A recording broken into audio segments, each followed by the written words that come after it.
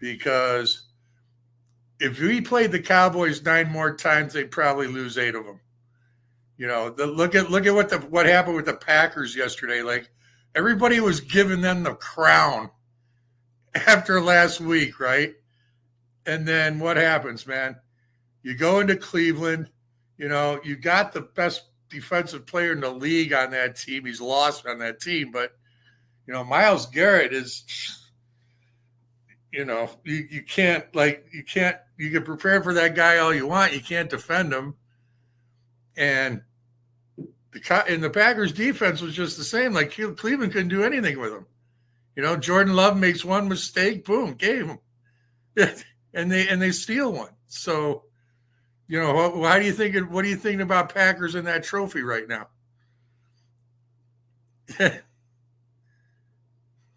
I can't hear you. Are you on mute?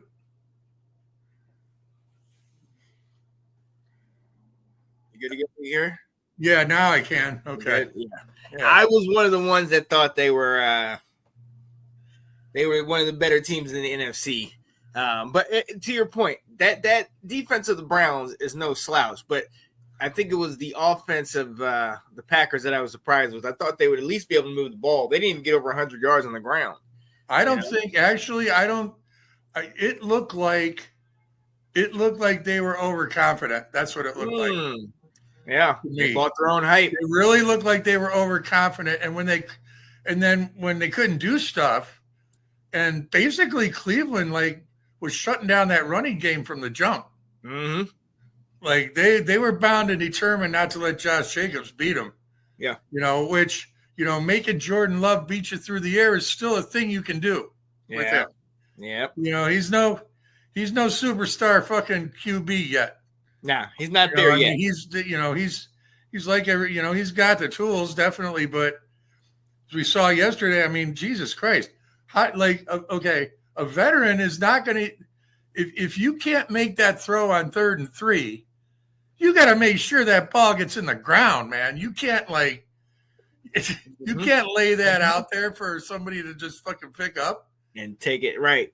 And what happens? Fucking sets them up for the. Was it a 10-yard run into the end zone? I mean, now you're tied. And right. What happens? They steal one. And, yeah. Micah Parsons is right, dude. You shit the bed. You shut the bed, totally.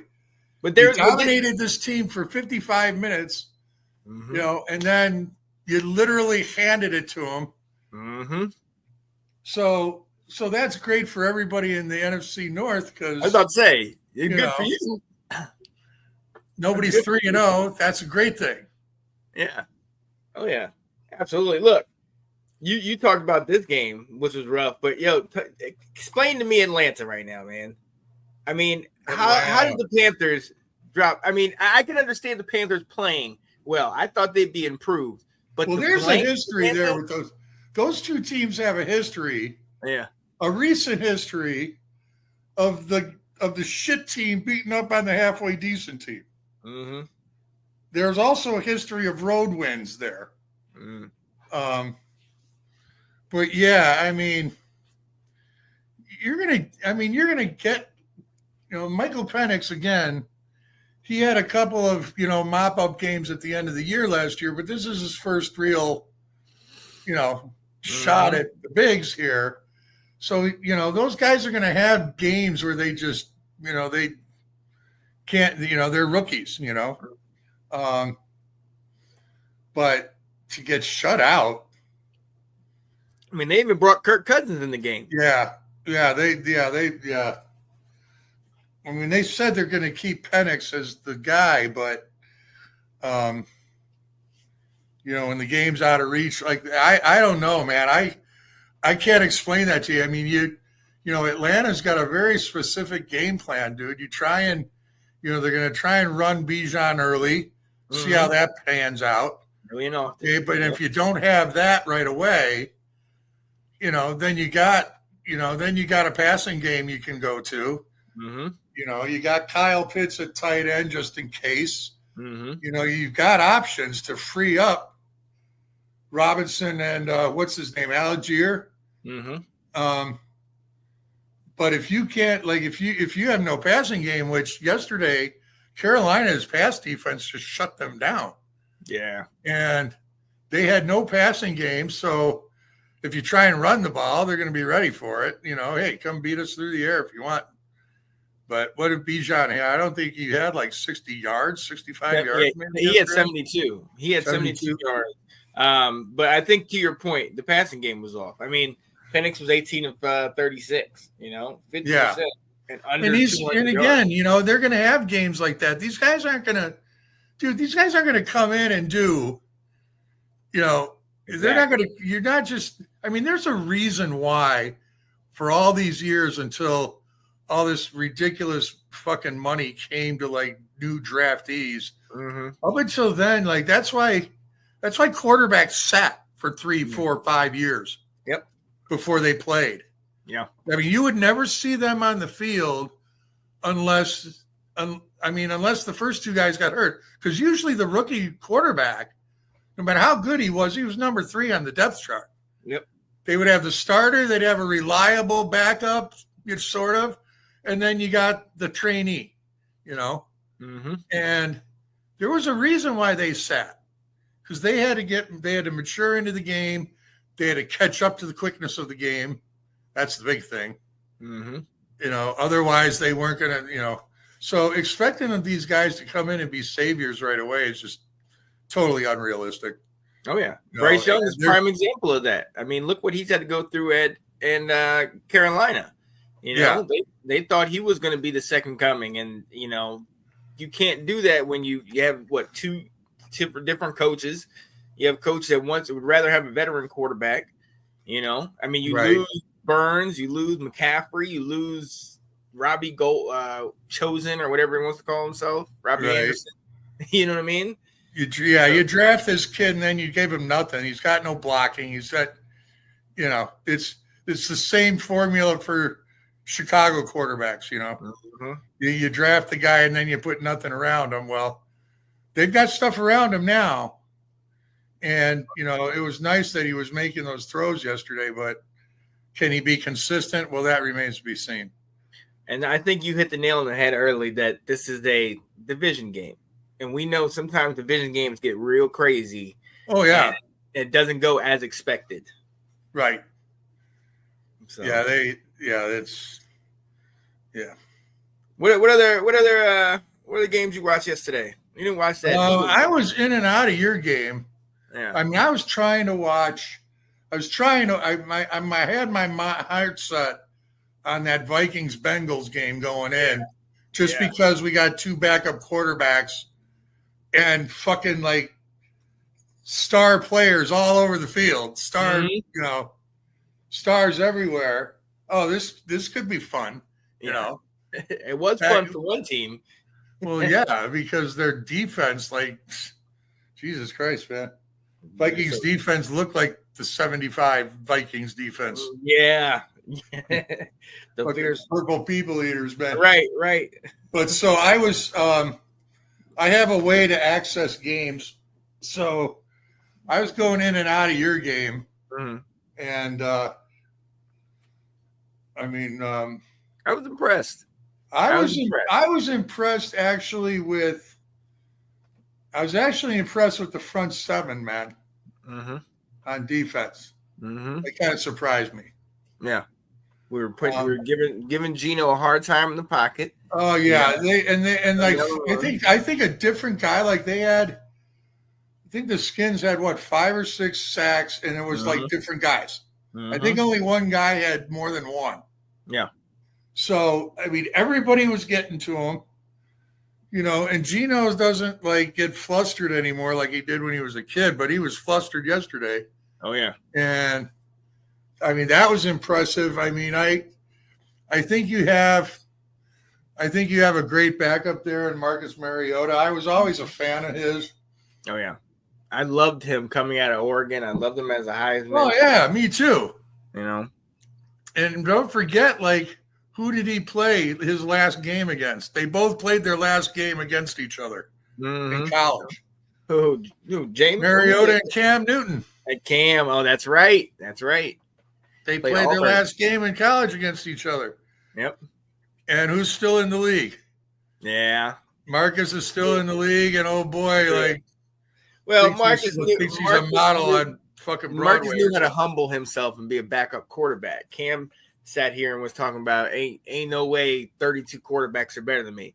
Yeah, he's apparently people feel otherwise. Listen, Cam was never the sharpest knife in the drawer to begin with, so he's not changed really in my eyes since he was in college. He's still the same guy. Still mouthing off, still talking shit, still somewhat delusional. You know, I've never been impressed with him. I'm sorry. I mean, you know, he did some great things with Carolina. You know, what they have, like 3 straight NFC South titles. Well, you know, gets to a Super Bowl, you know, MVP one year, but, you know, never got a ring. I don't know, man. I think he thinks he's better than what he really was. He's a great quarterback, but I think he puts himself in conversations with quarterbacks that he has no business being in conversations with. I get it. I mean, as that guy, you want somebody with that kind of confidence, but I get when it borderlines on, you know, kind of conceit and you think a little bit more highly of yourself. I can see what you're saying. And I don't think he could start for anybody. Oh, no. I think the best chance he had was that last year in Indy, at New England, which I didn't think he was awful. I thought at one point they had him. His heart's not in it, though. You said it yourself, man. He's all about fucking. Well, there's not 32 quarterbacks more than me, motherfucker. You're in your mid-30s. Yeah. It's over for you, man. Yep. You had to listen. If you were going to keep playing until you're 40, you have to keep playing. Right. You can't be taking 3 or 4 or 5 years off and then thinking you're going to come back at 37 or 38 and right. But then you also got to reinvent yourself. You got to do like Randall Cunningham did. And he's not willing to do that, man. Yeah. He's not, like you said, like he's not willing to be a backup guy. You know, and that's where like the same old delusions he had as a young guy, you could still see that shit in there. You know, because you can't, you're so unwilling to reinvent yourself that you sit out and you won't play at all. Okay, well, you know, there's something to be said for that, I guess, but you know, that's not going to put any money in your pocket. Yeah. Sure the fuck not going to get the crowd cheering for you. It's a shame. It's a shame. He was a talent at one point, but I agree. You gotta, you can't. You're not doing yourself. Listen, he always had a big head. And he let it get away from him. Not surprising, really, is not. I mean, good for him, but yeah, you know, I was never a fan of his. Yeah. I mean, I could see that he's a great quarterback, but not a fan. Oh yeah. A lot of people had that view. I get that.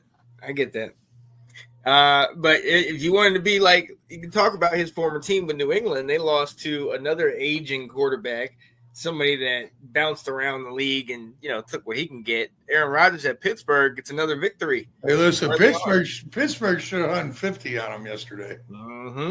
I was surprised it was so close. 6 turnovers. They only got 14 points off of 6 turnovers, man. That defense. No, you gotta get at least 3 out of all of that, man. And to say that you didn't even get 18 points out of 6 turnovers, that's not good. It's not the big name team either. It's New England. New England's, you know, up and coming. They're young. They still got Drake. And he had a good day yesterday. I mean, the offense had a good day. You know, for the time they had the ball. Right. I mean, but Jesus, what was it? 5-6 turnovers yesterday? Can't do that in an NFL game and think you're going to have a chance. And I mean, they were lucky they were still in the game at the end, if you ask me. I mean, I thought it was more of a failure on the Steelers and the offense. Like, you know, but that's what if you're, and Aaron Rodgers is another one, man, who won't obviously he can still play, but you're not getting 4 touchdown Aaron Rodgers every week anymore. You know, if you see that guy once every 6 or 7 weeks, good. Yeah, you just got to hope he doesn't like lose games for you. Okay? Right. That's why this is a great situation with that defense, because then he doesn't have to be what he thinks he is in his head. Yeah, he can still just be a quarterback, a game manager. And look, that was another team that they were writing off because the Steelers D plays so bad the first 2 weeks, and everybody's like, Steelers, they fucking spent all the money, and it's all over with in 2 weeks. 2 weeks, it's all over with. Yep. And then they get 6 turnovers yesterday. So that's how the media gets. That's how the media is. They need that quick little hitter. And that's another. Again, it's another reason why I don't get emotionally involved with these games in the first month of the season, because it's just you're not going to get any kind of sample on tendencies until they've played 3 or 4 or 5 games, man. And you got to see if like units are coming together. You got to see if you got to pay attention and see when they're scoring. If are they fluke plays? Are they earned drives? Are they, and that takes time. You're not going to get you're not going to get a reasonable sample size. Dude, anybody can look like Super Bowl champs for 2 weeks. Very true. Yeah. Exactly. I mean, fuck, the Panthers could come out and smoke somebody else next week and they look like Super Bowl champs. Does anybody think they're getting out of last place? No. I don't think so. Well, I mean, that's just my point. You can be led astray with all this shit. And, I mean, you guys, listen, man, Commanders, you guys are in a good spot right here. You got one is nice, but it is early, just like you said. It's early. Play Atlanta. So on one side, it's like, oh, yeah, we should blow them out. But after they just had to deal with this, who knows what happens? What if they sit Penix and have Kirk play? And this actually, and that's what I was saying about, like, there's a history here with these two teams. Like, you throw out the records with these two. Okay. So, yes, it's a tough loss for Atlanta, especially get smoked like that. But on the other hand, better it happened in week 3 than week 13 if you're Atlanta. Well, I don't know when they play them again, but you know what I mean. Like, if I'm going to take a loss like that, I'd rather have it at the beginning of the year. They play them again in November. They can come back from that, and they definitely have the offensive wherewithal to, put up 30 points on anybody. Oh yeah. Sometimes you bat 0 some games, like they did yesterday, and you lay eggs. But I don't know if that's anything that I'd get too panicked about yet. Again, like I said, those two teams know each other pretty well. So, and the teams don't always those games with those two teams. The team you think is going to win doesn't always win. Yep. So, I wouldn't get too bent out of shape about them just yet. Yeah. Plus, the NFC South, I mean, that's Tampa Bay. Okay, so if you could just stick close to them, they were a made field goal away from going to overtime with Tampa. Right. So yeah, pump your brakes. Again, it's so early. I mean, I don't mind sitting here going over what I saw in the games and how I think teams are looking. I mean, you guys could probably sit Jaden for another week, I would think. I agree. If you have to. Yeah. Well, I guess I would say this: whatever's going on, I wouldn't rush them because you're sticking with Philly. Okay, you're both 3-0. So. Oh no, we 2-1 or 2-1, but still you're sticking with them. Yeah. They're not getting away from you after 3 weeks. and then, you see if you win a couple games without him while he heals up, whatever's wrong, and just make sure you got him for the games you need to you absolutely got to get, Right. Just keep him warming up, keep him healthy. I'm good with that. I'm for sure good with that. Were they saying? I was hearing some things come out last night that were saying that they might want that it's worse than they're saying and that they could keep him out another week or two. Which I don't know if there's any truth to that, but he came up hobbling pretty bad, so I have no problem with them sitting him for another week, especially with what they saw yesterday. Who are you guys playing next week? We're playing Atlanta, the Falcons. Oh, okay. Yeah. Yeah. Oh, at Atlanta? Yeah, I believe so. Yeah, that's going to be a tough game. Oh yeah, absolutely. Then that was part of my thing is that I know they're going to be amped up for it. It's the 1:00 game. They're at home after coming off that embarrassing loss to Carolina. They're definitely going to want to, If your front seven plays like they did last week, and they can keep Robinson in check at least for the first half, you could get control of that game pretty quick. Yeah. If you guys' front line plays like you did last week, that's going to be a fun game to watch. I agree. But again, this is two teams again. They know each other very well. Yeah. The last two times we played them, it came down to the very end. Last year we beat them late in the game, and they actually injured JD5. Messed up his ribs a little bit, and we ended up pulling it out late. So, this is going to be an interesting game. I would not be surprised if we came out 2-2. But to your point, anything that happens in September might as well be preseason. You know what I mean? Unless you go. If you think about it now, it kind of is because, without the 4-game preseason. I mean, I remember when they had a 6-game preseason. Mm-hmm. When they still had 14 games they were playing every year. Those were 6 games. Like when they started this 16-game season, that's when the preseason went down to 4 games. Right. And they would only play the starters in game 3, basically. Because they wanted the extra week to heal them up. And they really weren't playing as a whole unit for a whole game until really week 1. Right. So the first couple of weeks, I mean, they're settling into grooves. They're getting in game shape, That's why it's just like.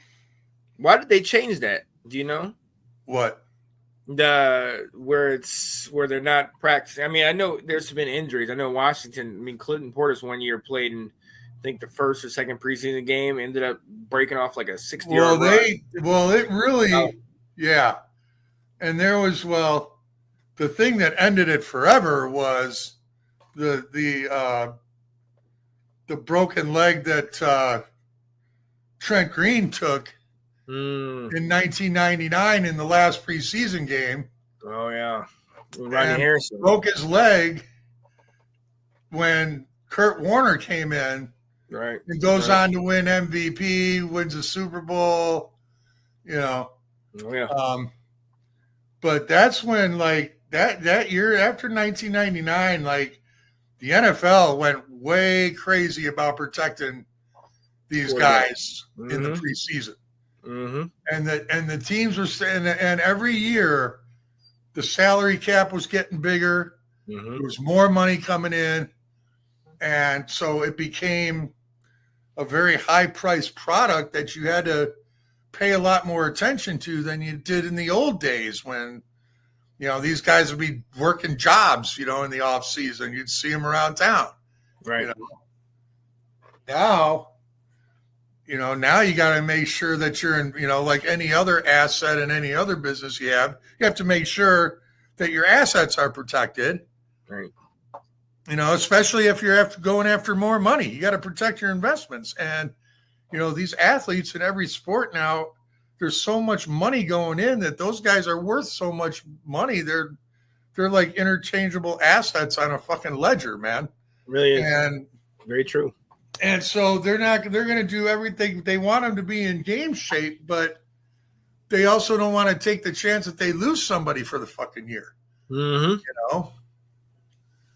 And as we've already seen, Joe Burrow, we lost we lost James Conner yesterday for the season. Lost who else did we lose? Nick Bosa out for the year. Worried about that? That just came out about an hour or so ago, I think. That's huge. Yeah. Yeah. For San Francisco. I mean, Jesus, man. I mean, that team's a goddamn emergency room, man. Mm-hmm. CeeDee Lamb's hurt for 3. He's up 3 or 4 weeks. Peter Lamb, they said, I'm here in a month on a high ankle sprain, 3-4 weeks for sure. Mm-hmm. Who else? Tyrone Tracy for the bit from had a shoulder, I think, yesterday. Mm-hmm. That CeeDee Lamb thing shouldn't be as big though. Like Dak Prescott, had Jake Ferguson went crazy yesterday. I mean, Jake Ferguson had 12, 13 catches, something like that. Oh, wow. But George Pickens, being George Pickens again, not concentrating. He reminds me of a lesser talented Terrell Owens, man. It's what he's like a poor man's T.O. Yeah. Like he doesn't have the skill of T.O., but he's got all the same attitude. Like it's like it's his little baby brother or something. Yeah, I can see that. Like he just cannot stay focused on the job, man. Yeah. You know, he had that fucking one play on third down, which in the first half, which could have sent the game in a completely different direction, and he barely bends over for it, doesn't look it into his hands. I mean, and that's what you're going to get out of him, man. Yeah. And that's why Pittsburgh wasn't in a hurry to keep him. Well, he's not a number one guy. Right. I think that's what's being proven here. He's got skills, physical skills to be a number one guy. Yeah. But like T.O., it was like with T.O. I mean, when his head was in the game, there was nobody better. Right. But that was the trick. It's keeping his head in the game. Right. For as great as he was, he could have had even better numbers if he'd have been able to focus a little more. Mm-hmm. Yep. That performance in the Super George Bowl Pickens just reminds me so much of him. Mm-hmm. Without quite the skill set. I can see that. And I don't and now you have no defense in Dallas. I mean, Jesus Christ, you traded away a generational player. I can't believe that. That was the only thing that legitimized your whole defense. And now the whole world sees how bad it really is. You know? Yeah. Because when the Giants put up 37 on you. Oh, yeah. How is that even a – yeah. How is that even a thing? Yeah. So with Dallas, yeah, that was, So all right, well, we talked about Chicago last week. Was this just one of those type of games where one team was coming off of a tough loss and the other team's coming off feeling they got a big win, and they put all their energy in that last game? Well, Ben Johnson had a great game plan. I mean, there's no question about that, and it was the first time in a long time, or I was actually trying to remember a time, but I've never seen a Bears offense attack that aggressively like that. And that is kind of like what I've always been hoping for. Yeah. And think about, and just in the last 25 years, how many years have the Bears had a top 20% defense, like a top 6 or 7 defense? How many years out of the last 25? Probably 9 or 10, easy. Right. If you had offenses for even half of those teams, Super Bowl. Like how good could the Bears have been?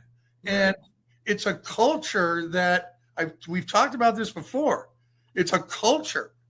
And you bring in a guy like this who technically has never developed a quarterback before. His skill has been taken, is taking what he knows and adjusting it to the talent he has. That's why he's so good at what he does. Yeah. And that's what I was hoping for with this. And that's how you break a culture, is you show these guys like how it's supposed to be done. Attack, attack, attack. Yeah.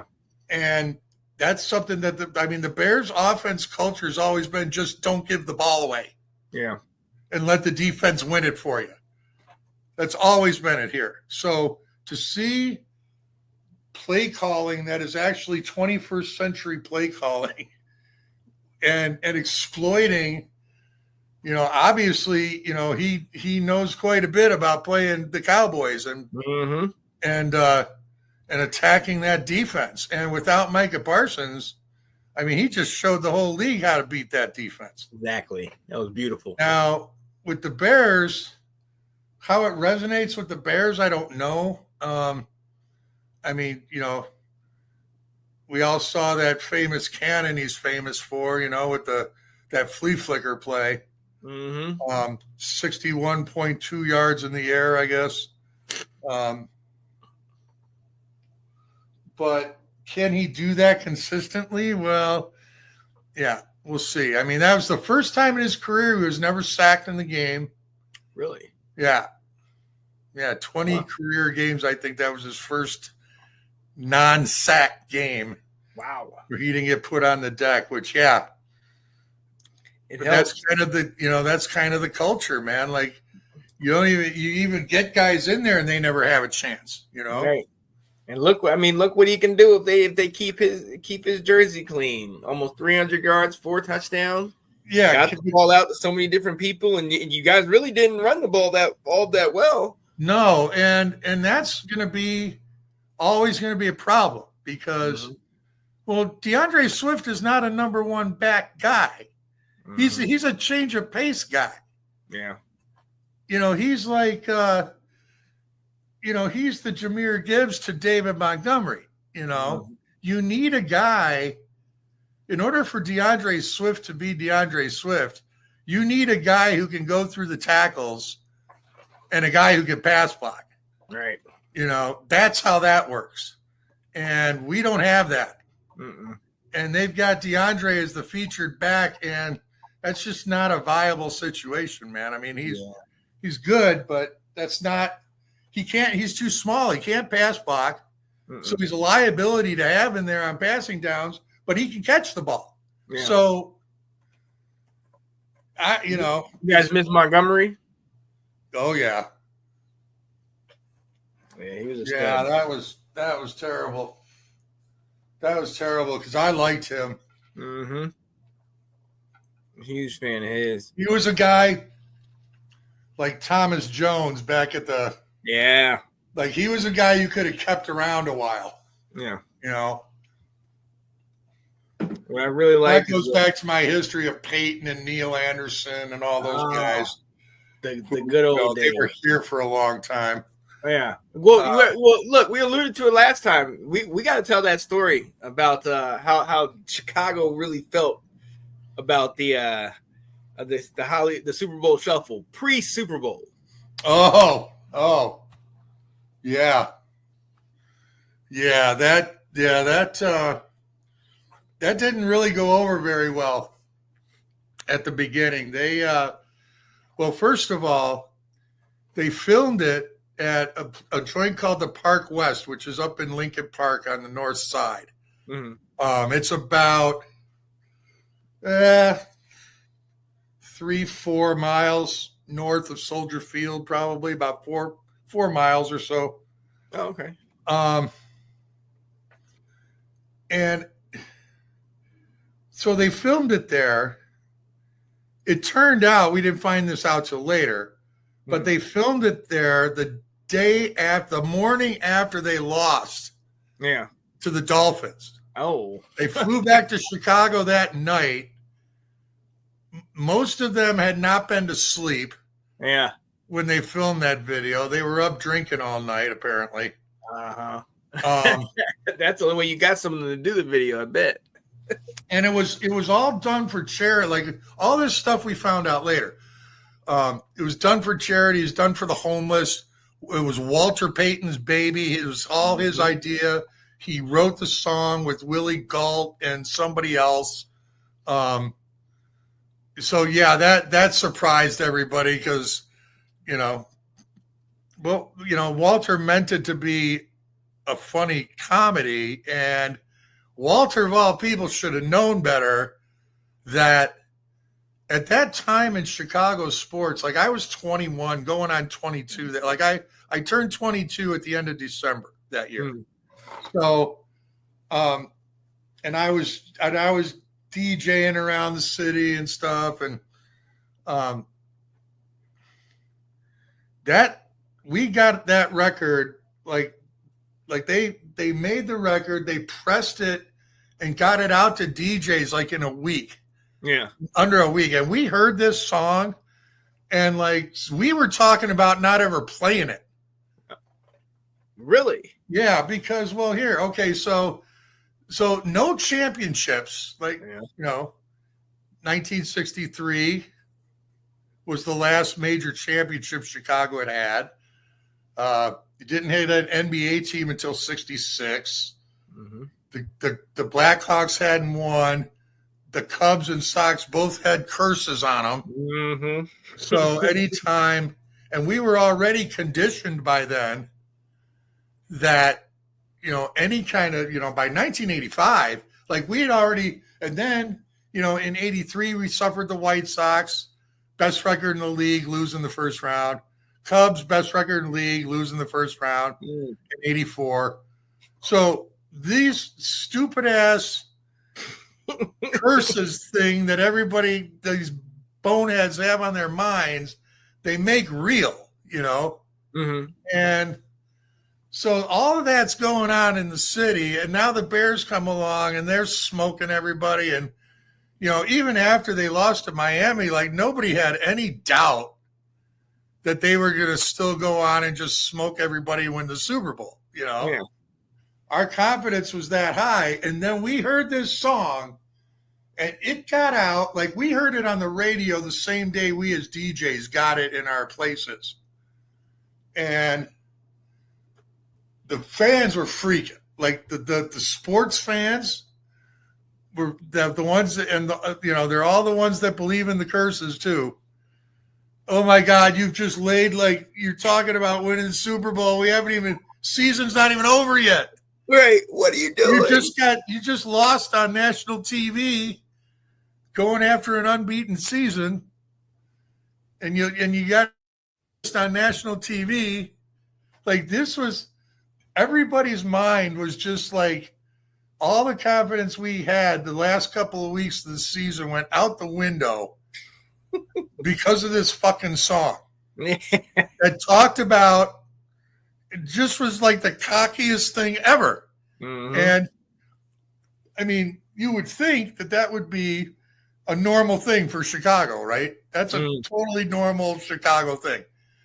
But at the moment, at first, until the playoffs actually started, like there was a period there of a couple of weeks that a lot of people were freaking out about that the Bears had just jinxed themselves. Yeah. And now we're done. We're cooked. Yeah.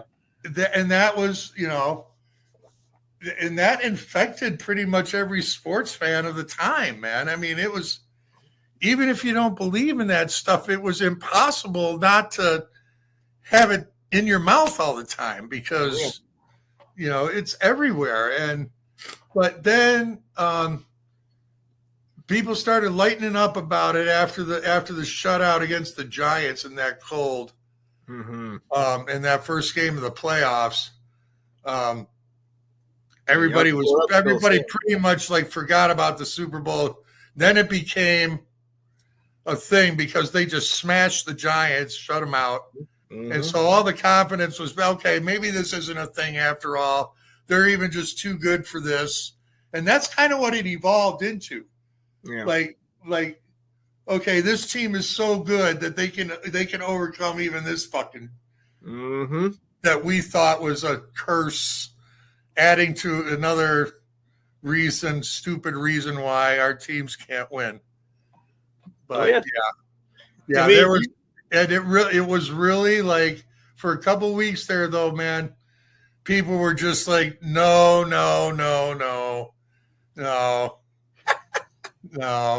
It's like, why are you doing this? Why are you doing this? Well, you guys started a trend. 7 other teams have tried to do their version of the Super Bowl Shuffle. Oh, God. The Raiders did it in 86. They called it the Silver and Black Attack. I remember that. Yeah, they only finished 8-8, so that didn't work for them. It sounded like the Jackson 5, man. Yeah, yep. Yeah, it was pretty bad. The Rams did it in 86 as well. And they lost in the they did it the year after they played you guys in the championship. They lost in the wild card. They had theirs called Let's Ram It. I saw that one. Right. Apparently, did you know? Apparently, New England did one the year that they played y'all in the Super Bowl. Yeah. That was ridiculous. It was. Now, listen, the mid '80s were also a time. I mean, Reaganomics was in full swing. People were suffering all over the planet. Oh, yeah. There was a drought going on across half of the planet, basically at the time. Unprecedented drought. There was people in the West were really speaking out about apartheid, and that's when people in America really found out about what's his face? The guy from South Africa. Mandela? Mandela, yeah. Nelson Mandela? Yeah. So yeah, it was, people were in a giving mood, and 85 was also, that was the year of Live Aid, and so and then Buddy took it in 88 when he went to Philly. He tried to resurrect that same thing, and then he lost to you guys in the Fog Bowl. I remember. Did you watch that game? I've seen the re-airs of that. I didn't watch it live, but I've seen the replays of it. It really, that was those pictures that you see that was the network feed. Yeah, I heard there was no overhead shots. Yeah, like you really didn't know what the fuck was going on. Nobody really did. That I couldn't imagine that. That was like probably the most surreal game I've ever seen on TV. Some Twilight Zone type stuff, man. That was New Year's Eve of 88, maybe. Yeah. I think New Year's Eve of 88. And then the Bears and they were like, we were so confident, like we were getting the Niners at home. We're gonna fucking this, and then.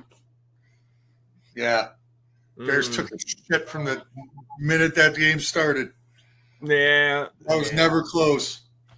That was the Niners year, but the Niners they were fighting back from the year prior where they were 13-2 or whatever, and they lost to Minnesota that Anthony Carter game. But real quick, so 3 other teams did it. Jacksonville did it in '99. The Jacksonville Super Bowl song. They lost in the championship game. Green Bay did it in '96 with Pac-Arena, with supposed to be the spoof on the Macaroni. Yeah, that was stupid. They won in '96. I remember that. The Dolphins did "You Can't Touch Us" in 1990 as a spoof on "You Can't Touch This," and clearly that nothing happened with them.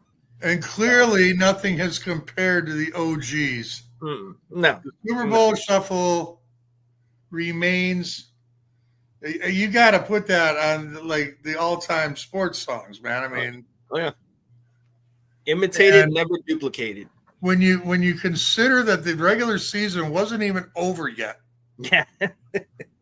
they actually the day they recorded that, they still had 3 or 4 games left in the season. Well, 12-1, so they still had 3 games left of that season. Yep. When they recorded that song, that's crazy. And you still got to win 2 fucking playoff games to get to the Super Bowl after you get in. Right. So, sometimes 3. But yeah, I mean, just the insane cockiness, which, even if you've only read about that team, you know how insanely cocky that team was, and so it fit. Amazingly enough, when you look back on it, I mean, if you can, what else would a team like that do? Right. If you can back it up. And they could. I mean, it was, that people who lived and watched that and were aware of like what was going on with that. That was a thing of beauty, that defense, man. Mm-hmm. I mean, it really was. These teams, we hadn't even got to midseason yet. And you could just tell, like, these teams were beat before the game even started. Yeah. And every week that would go by, the Bears were knocking out, like, they were leaving graveyard. They were leaving quarterbacks in graveyards. I believe it. In, like, stadiums all over the fucking country, man. They were knocking out quarterbacks every single game. And that was another thing. Like, you could see it. Like, these games would start, and these quarterbacks would just be like.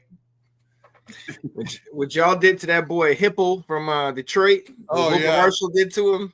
That was dirty, man. I mean, it wasn't dirty, but it was just, I mean, you got near killed the man. And that was payback, too, because Hipple, the first game he ever played was a couple of years before that. Mm-hmm. He came in, I can't remember if it was Gary Danielson or not, but I think it was for Gary Danielson. Like, Gary Danielson broke his arm or broke his leg, and Eric Hipple had to sub in on a Monday night at home in Detroit against the Bears. Mm-hmm. And the Bears were favored. I think they were like touchdown favorites.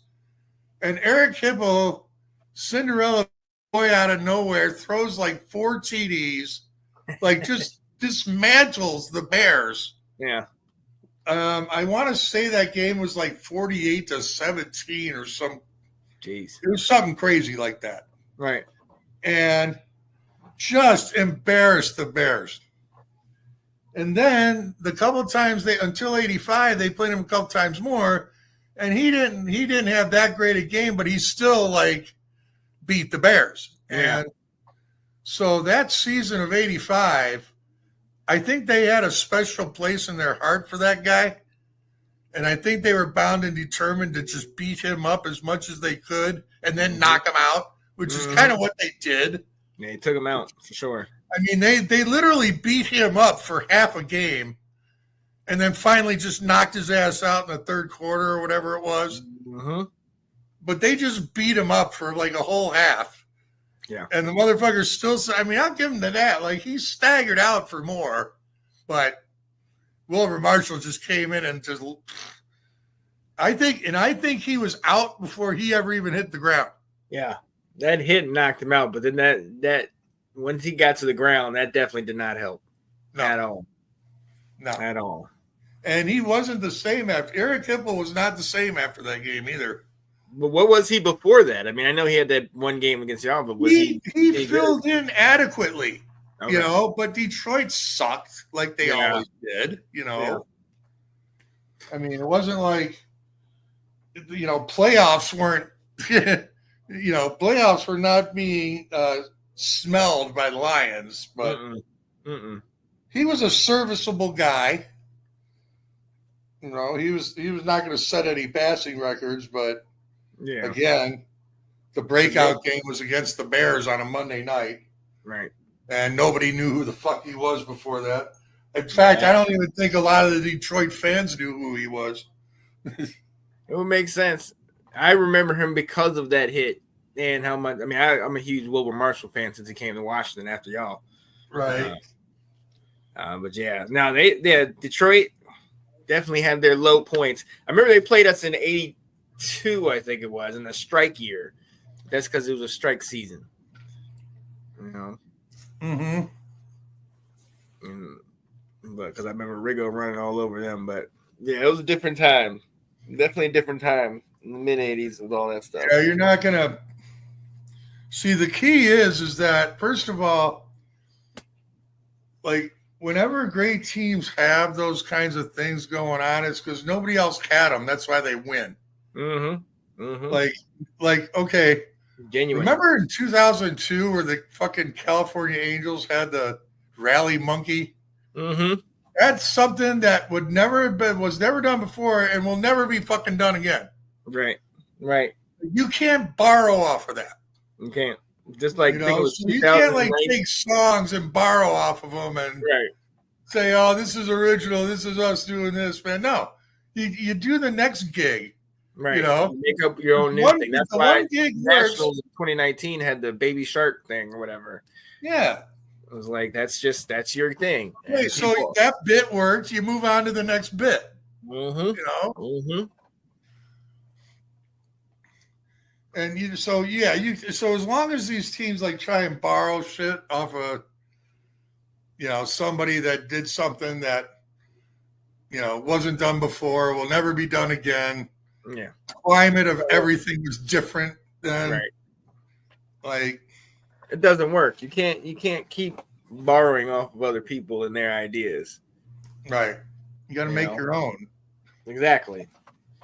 Otherwise, you just come off as lazy, man.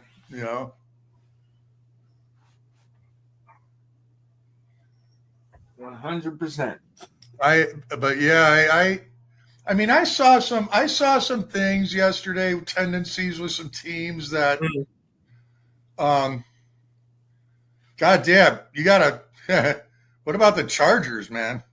The lightning bolts. Are they back? It looks pretty good. I gotta say, didn't expect him to be 3-0. Harbaugh.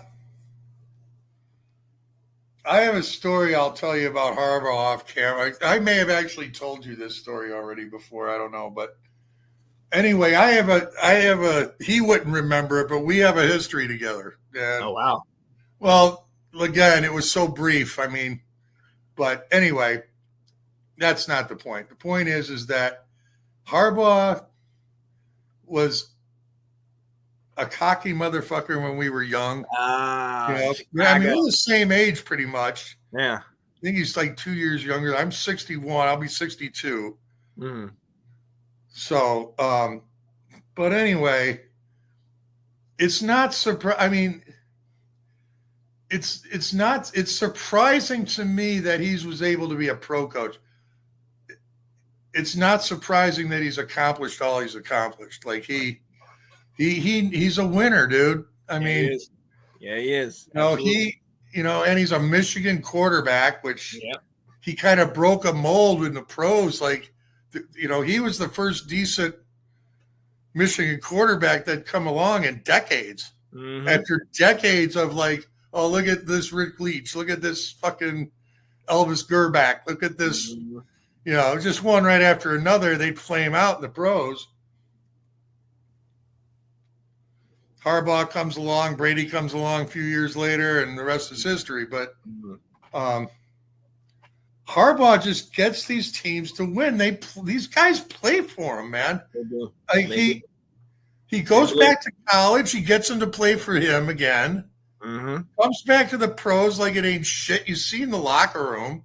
Oh yeah, I mean, those guys fucking eat him up like candy, man.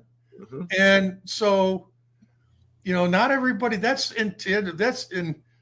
Like, I'm a data guy. I'm a numbers guy. I love the mathing of everything. I love the stats. But I'll always hold on to this, man. There is the eye test.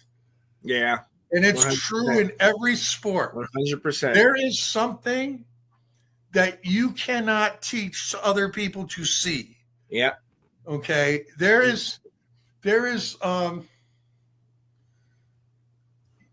It's about watching how a guy plays and how a team operates together and not just paying attention to the runs, hits, and errors and the OPS. Yeah. There's field status. There's field IQ. There's all kinds. I love the intangibles, man. Yeah. I love that shit that you can't measure. Yeah. Can't teach it. That makes all the difference in the world. It really does. And Harbaugh was not ever going to be a record-setting, 5 touchdown a game, 50 touchdown a year guy. Mm-mm. Harbaugh was just a winner. Like, he wasn't really that great of a quarterback mechanics wise. Okay, like, he didn't have a good arm. Yeah. He could throw the ball 50 yards on a good day. Mm-hmm. Still has more rushing yards in his career, if I'm not mistaken, than Bo Jackson. But, and that's just it. See, he could do that kind of stuff. Mm-hmm. He was a playmaker, and McMahon was kind of the same way. Like, those guys were not great quarterbacks. They just knew how to win, and they knew how to make their team win, and they knew how to do the little things that were necessary just to get that extra little bit out of people. Yep. And Harbaugh always had that. Mm-hmm. And he has it even more as a coach now. And, that Charger team's for real, Jack. Oh, yeah. I mean, they've got a 2-game lead on the Chiefs. That's true. After 3 games, which was really 2.5 games, because they've beaten them once. Mm-hmm. So after 3 games, they've got a 2.5-game lead on the Chiefs. 3-0, all 3 wins against the division. Mm-hmm. I mean, you couldn't ask for a better start to your year. I don't care who you are. Absolutely. And I mean, you literally just basically, now the division is yours to lose after 3 games. Basically, this is all yours to lose now. Yeah. I mean, you should cruise to the division title, provided you keep everybody healthy. They play the Giants and then the Dolphins next. So they got 2 games that they should win. Yeah. Yeah. And then they have the Colts, who, yes, have been playing well now. We'll see what they are at that point. And then they have Tennessee and Pittsburgh. Boy, Daniel Jones just came to life, didn't he? Yeah. There's another 3-0 team. His wife's probably been asking, who the fuck are you and what have you done to Daniel? Well, Daniel, he thinks he's playing Washington every week because he had great success against Washington. He was 5-1-1. He looked great yesterday. I tell you what. He's got ability. He ran that field like he owned it yesterday. Absolutely. The guy can play. The guy's brimming with confidence. He looks like a big-ass deer when he runs. Big-ass motherfucker, man. He does. He just looks like this giant fucking, I don't know. It's weird. Yeah, he's got confidence, and he's playing like it. Man,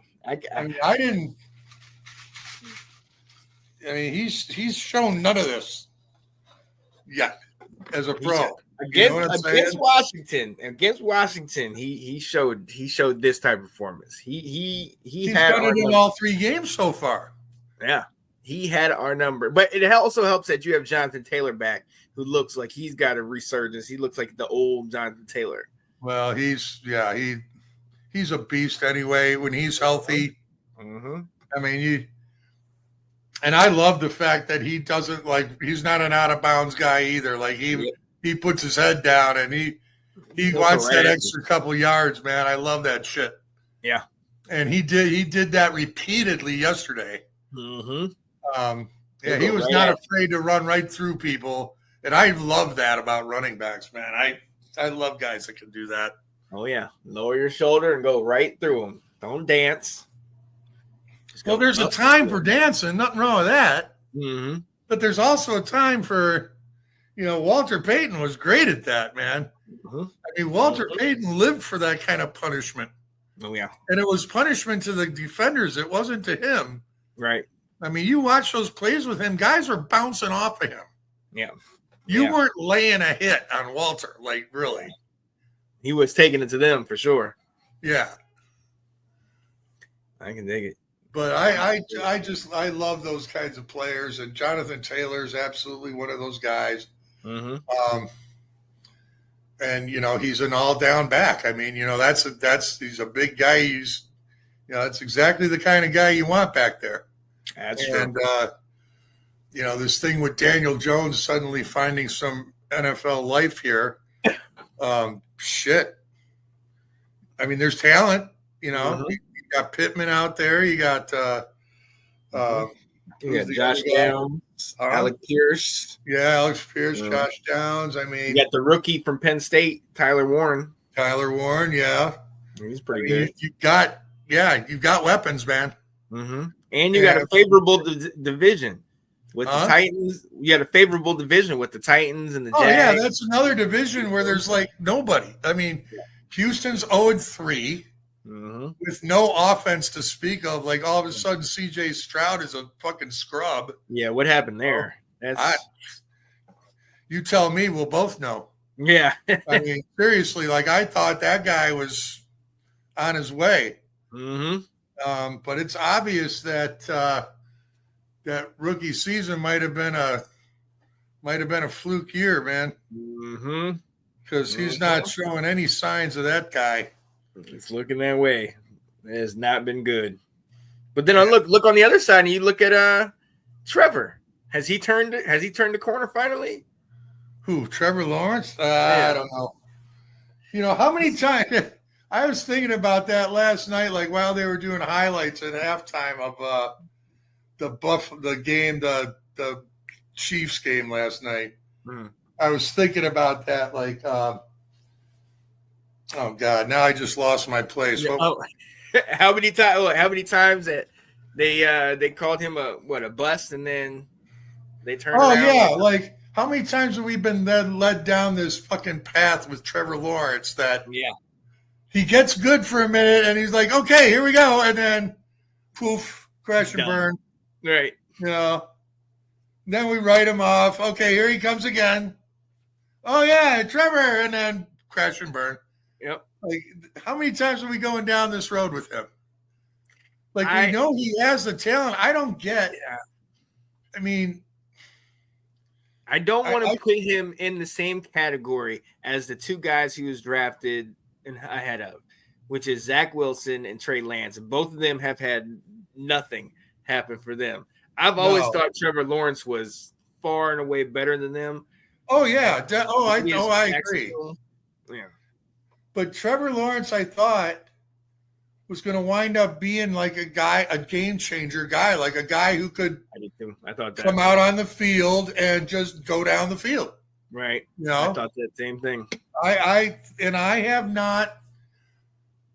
haven't seen him ever do it consistently. I've seen it happen a couple of times, but nothing to warrant any kind of banking on consistency with that. He's not. I don't know. I don't think he's the leader I thought he was going to be, man. Yeah. I don't think like I was expecting his game to be better. Yeah, a lot. I guess. I mean, it's not that I don't like the guy. Yeah. It's just that, you know, I mean. Well, let me ask you this then. When do we start having that bust conversation? And not necessarily about him, but we talk about a CJ Stroud. We talk about Zach Wilson, Trey Lance. We talk about some of these guys. Well, CJ Stroud, guys, like that's too early. I mean, what's this? CJ Stroud's third year, right? Third season, yep. Third season. He had a way better rookie season than anybody thought he would. Pulling out games.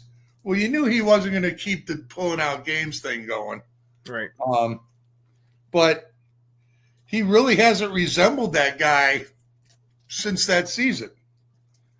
And now you got to start worrying about, like, I haven't watched enough of their game time yet to see if it's to like notice if it's a confidence thing or if it's that he's not reading the defenses correctly, or I don't know. I mean, I haven't watched enough of their games to really make an educated guess on whether or not, you know, you start talking about bust. I mean, you know, he may, I mean, I don't think did they change their offensive coordinator? I think is that one of the problems?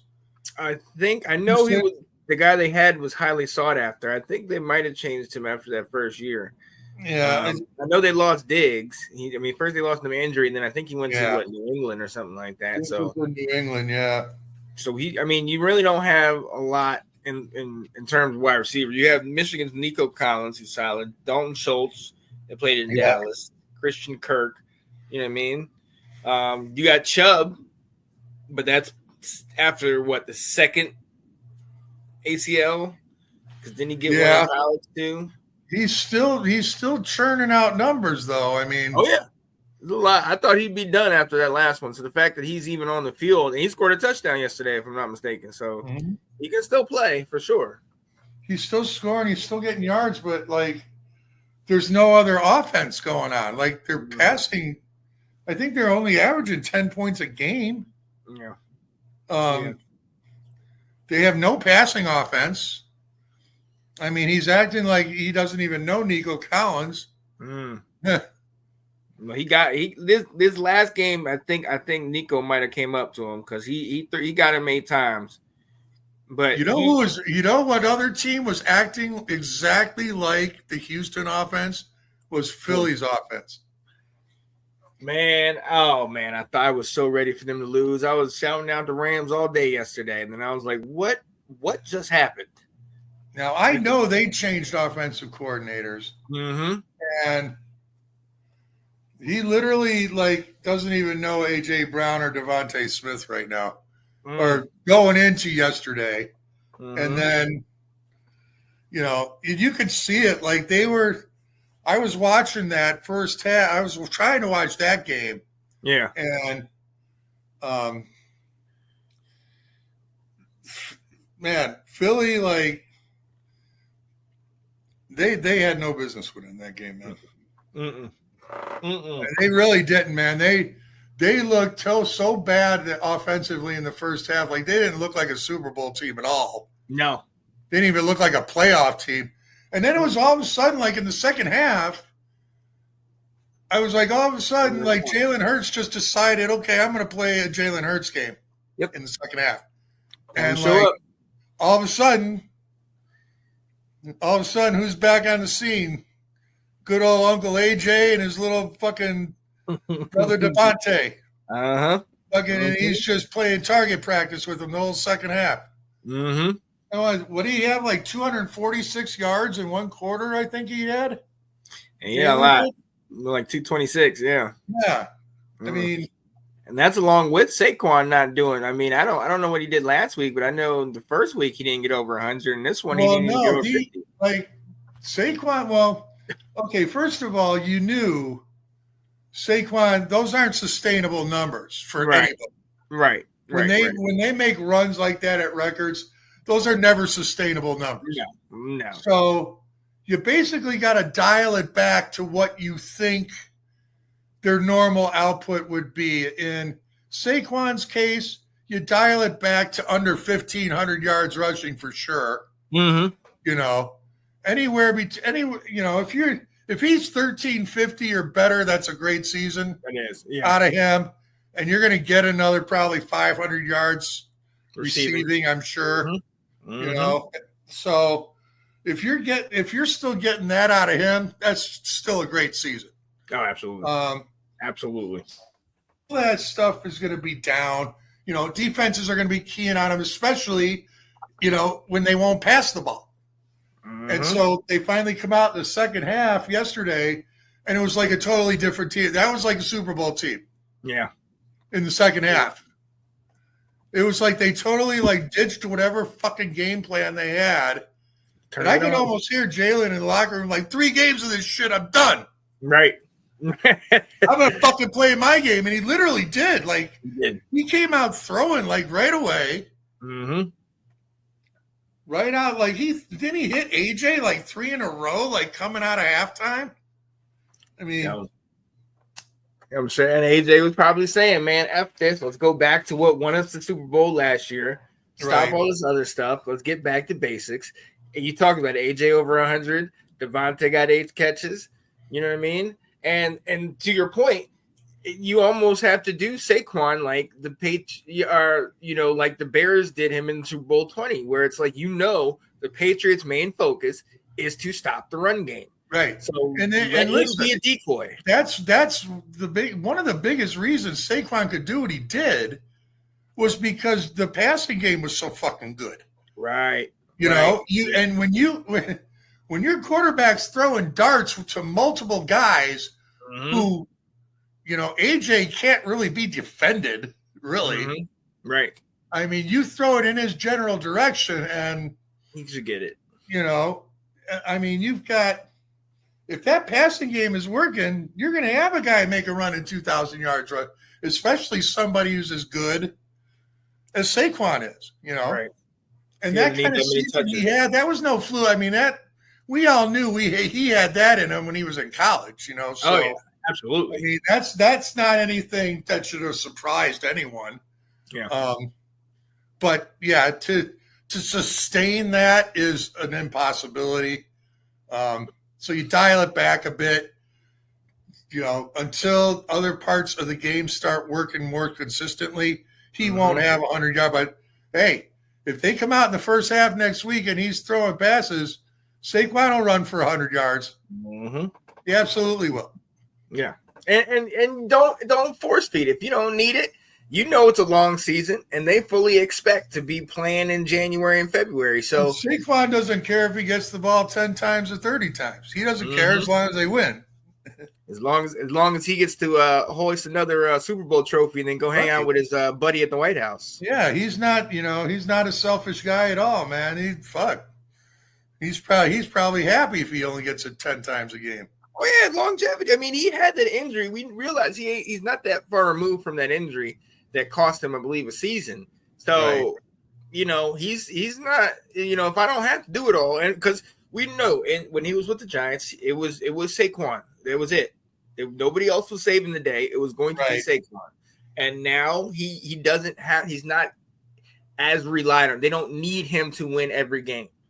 And that's what, you know. Well, that was always the thing around the NFL when Peyton was playing. Like every year that went by, and he just got better and better, and he was the only thing the Bears had. Yep. And that was early speculation about what if you put Peyton on the Steelers? What if you put Peyton on the Cowboys of those years? Yeah. What if you put Peyton on the Raiders? I mean, you know what? I mean, they there was a lot of talk around the league back in those days because, you know, the Bears were consistently just an average, below average team. You know, Peyton was laboring away on a team that, you know, for an offensive line that, like, he probably had a couple thousand yards in his career called back on holding penalties. Holding penalties, right. Because those offensive lines were so fucking bad. That it was a realistic thing to think about. Like if you put Peyton on, you know, behind an offensive line that could block for him, how many yards would he have gotten? Spending 10 years in Oakland, you know? I mean, and that's the same question I always asked in the 90s because I always consider Jim, Peyton, and then my guy Barry Sanders, top three of all time. So I always look at Barry, and then that was always the question with him. Oh yeah, what happens if you put him? Barry's even worse than Walter because Barry never even sniffed it. He got there once. He got to the championship in '91. He got to that, but they got blown out. They played us, They lost 41-10. Yeah. So, and to be honest, we beat them 45-0 to open off that season. So they didn't expect. Barry never even got to. He never even got to compete, man. I mean, that was the sad thing about his career, and the fact that he was so loyal. I think the fucking organization used against him. I mean, it was not blatantly in people's faces, but it was also a time when people's attitudes were changing openly. Yeah. And so a lot of shit got out of people's mouths. Oh, yeah. And free agency just kind of popped off. A lot of them were decent people that, you know, shit would slip out and you could see that they would see it too, that they still had work to do, you know? But that part wasn't in people's faces. And, there was a different time, man. Oh yeah, and free agency, didn't that just pop off in the early '90s? So what was free agency? That was Wilbur Marshall, and I want to say it was either 87 or 88. When it really started. I think it was after the 87 season. Because isn't that what the strike was about? To you guys, I think he was the first free agent. Yeah, wasn't that what the strike was about in 87? Yeah, that was one of the reasons. Mm-hmm. And Wilbur went to you guys. Mm-hmm. And played out the rest of most of his career there. Yeah. I think he played a year with Phoenix as well, if I'm not mistaken, after us. Yeah, like the last year or some shit. Yeah. But that was one of the things, that was one of the reasons why there was so much talk about Barry, because it's like, what would he get if he was a free agent, if he went somewhere else? What would he get if he, bet on himself, essentially? But Barry, to your point, that nobody heard it because Barry wasn't going to say anything. Right. Barry was the lunch pail guy. I'm coming here to do my job, however I can help the team, and then I'll go right back home. And you loved it. And you know what the weird part was is that at the time, like Barry wasn't a good interview. Like he even like he came off as being like just being shitty, Really? Like, well, again, I always thought he came off as being outward and shy. Like I don't. But he was not. He wasn't a talkative guy, right? And he's smart-assed a lot of answers that, on the one hand, would prove his intelligence, but on the other hand, if you actually had the intelligence to get it, it made it worse. You know what I mean? You think like you think so? I didn't get that at all with Barry. Yeah, with his interviews. I think he played games with the press. I think he did. Really? Yeah, because he could come off as being a shitty guy when he really wasn't. I never picked up on that. Is that Chicago there? Maybe it's just like when he's not interviewing with the Detroit guys, he fucks with everybody else. Yeah. Which is that like an NC Central type thing? Like, was he just? Yeah, I don't know. Like, I know that it was a lot of hatred just because it was Barry and he kicked our ass all the time. That's the only.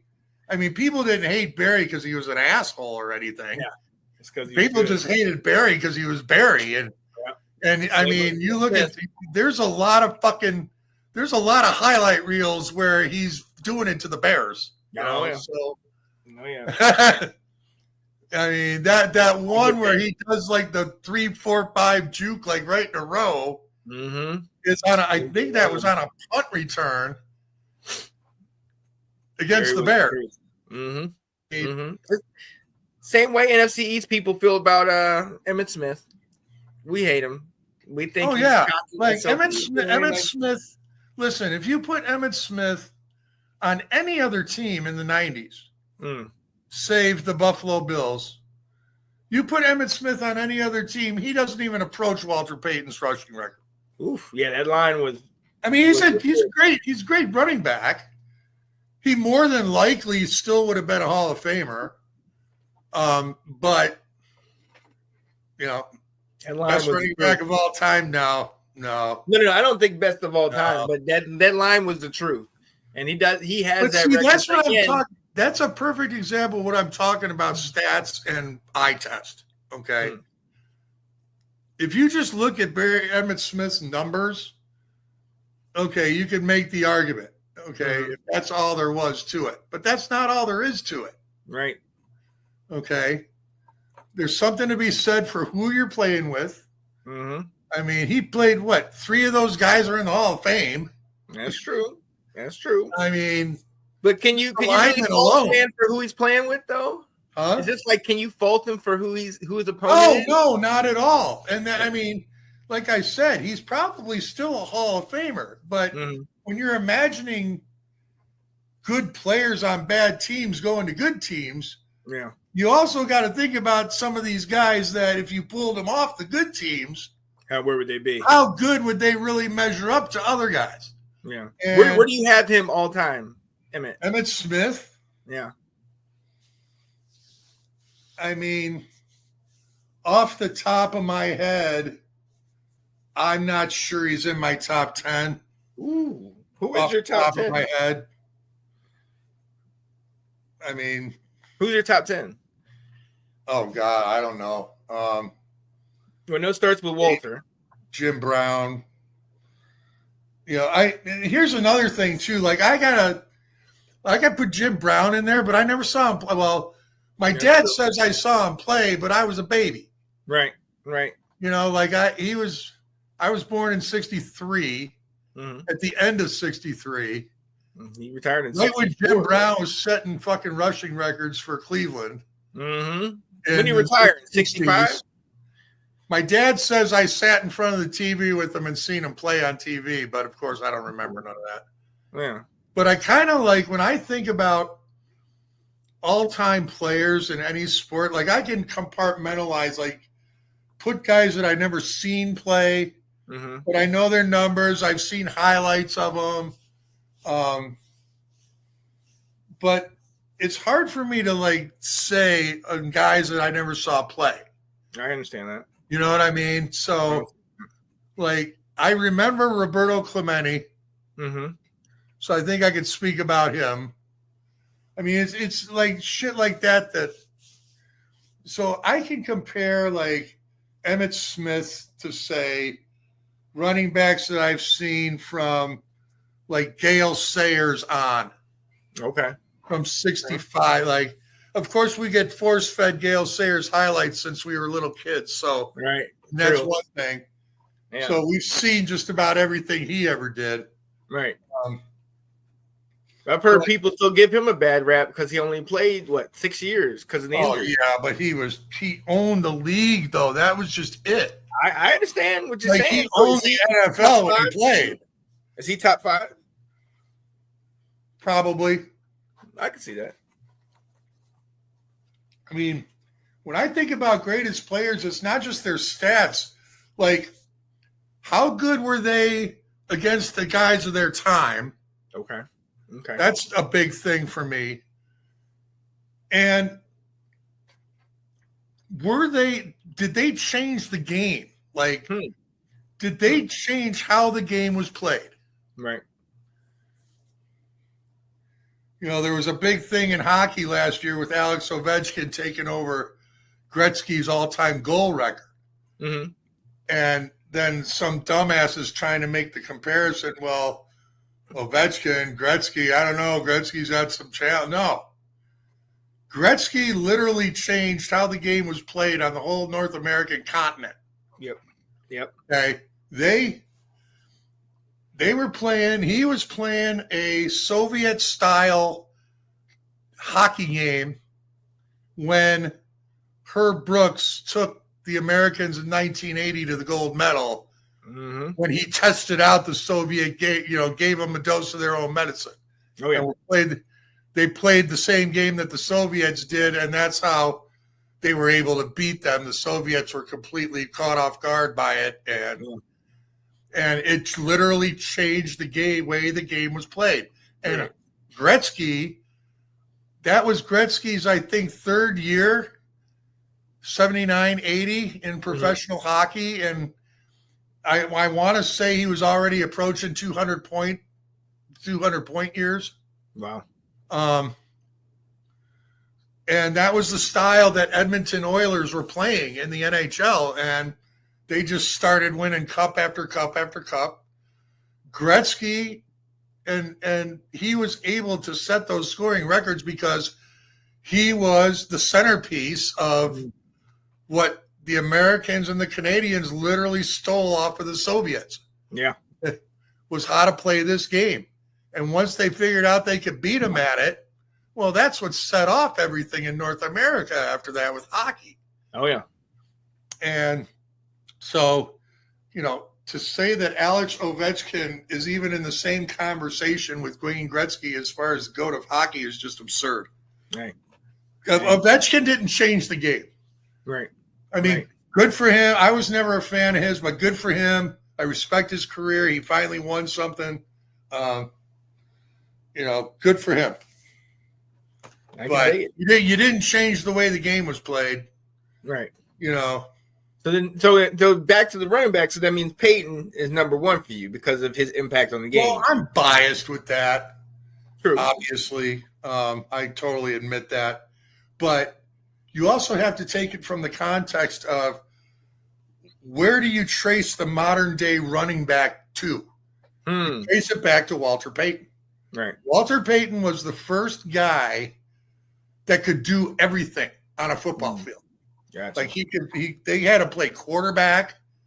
Threw for like 8 touchdowns in his career. But he could run. He could do everything on a football field. Gotcha. Yeah. Literally. And the whole all-purpose running back, you could do it in your do a little head string in your head sometime yourself. Try and trace. You can go through Roger Craig in the 80s. It still goes back to Walter Payton. Marcus Allen was the same kind of guy, came along, a few years after Walter. Earl Campbell was like an overgrown Larry Zonka. The bruiser. Yeah. Yeah. Earl, he was a different kind of running back. But he's absolutely, I would say he's in the top 10. Yeah, I don't know, man. I'd have to give that some thought about a real top 10 running backs. I'll throw some names at you. And you Okay. let me know just yay or nay. Okay. All right. So you said Earl, you said Marcus, you said For different reasons, though. Yeah. Like, it depends what your reasons are.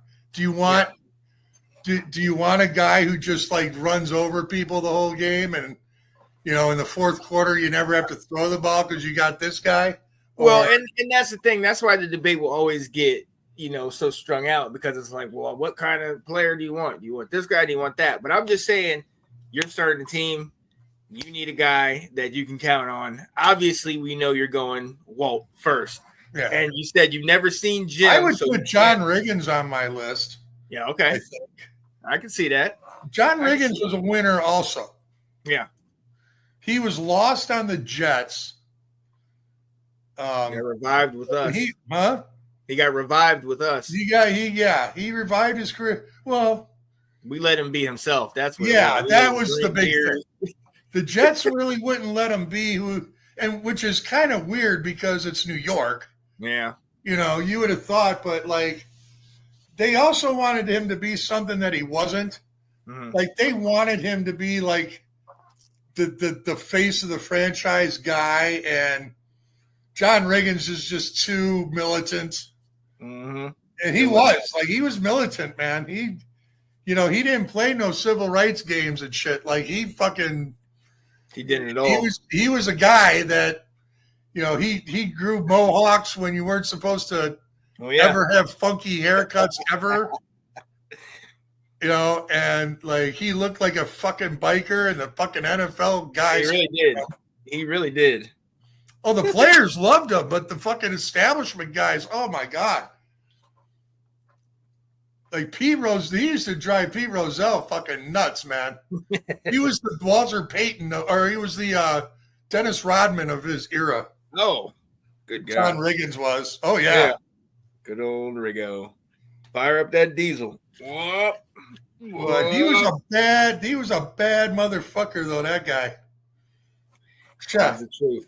Absolutely. And he had sneaky breakaway speed too. I can see it. Like, he's such a bruiser, and then he would just, like, if he got around an end, he'd be gone, man. He's also a guy like, see, now Riggins is a guy I want to have in the fourth quarter of a one-score Super Bowl game. I want John Riggins with the ball with a 7-point lead with 10 minutes to go in the Super Bowl. And I got Riggins back there on my own 25-yard line. I got 11 minutes to go, which means I got to try and fucking kill as much of this time as I can. Get at least 3 out of it. Take 7-8 minutes off the clock if I can. And you know what I'm doing? I'm fucking throwing little fucking check down passes, letting Riggins fucking run on 3rd and 5 every fucking time, and just like make him like he gets like 6 or 7 yards every time for a first down. Yeah. That's who I want in the backfield. Yeah, I can dig it. I can dig it. All right, I'm gonna throw a couple at you. What about where you put Chuck Foreman from those Vikings team? Foreman. Yeah. I mean, he can be credited. We talk about changing the game. The spin move was not as prevalent until he terrorized the NFC Central with that. He was the best running back in the NFC. Him and Lawrence McCutcheon back in those days. Chuck Foreman was a beast. I know the Bears could never fucking stop him. And that was at a time, when Minnesota would run away with those divisions every year. Like Minnesota was 12-2. That's before they played indoors, so it was they were still playing outside and going 12-2, 11-3 every year. Chuck Foreman had just bruised the fuck out of you the whole game. They had Fran Tarkenton back in those days. Ahmad Rashad when he was Ahmad Rashad, yep. Ahmad Rashad,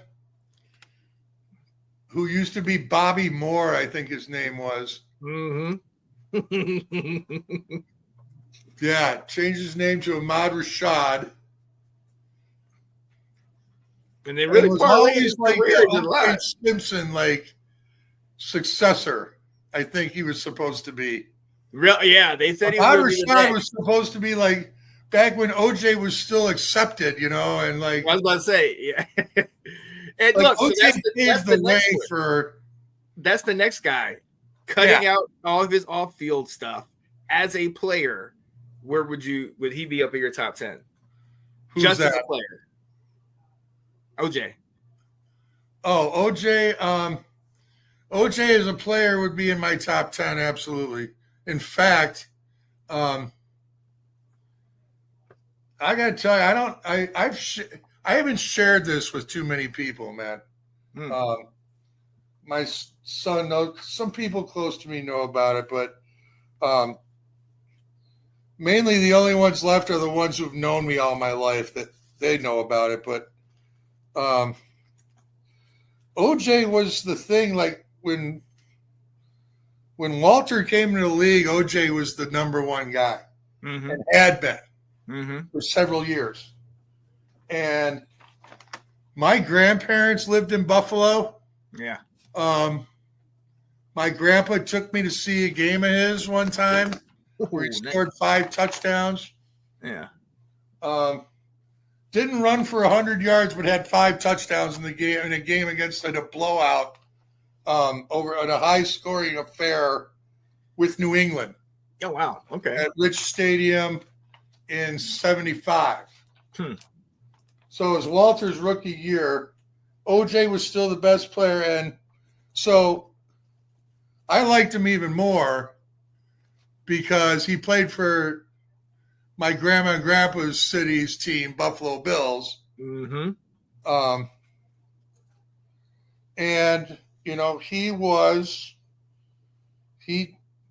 he put himself off as a clean, wholesome white guy,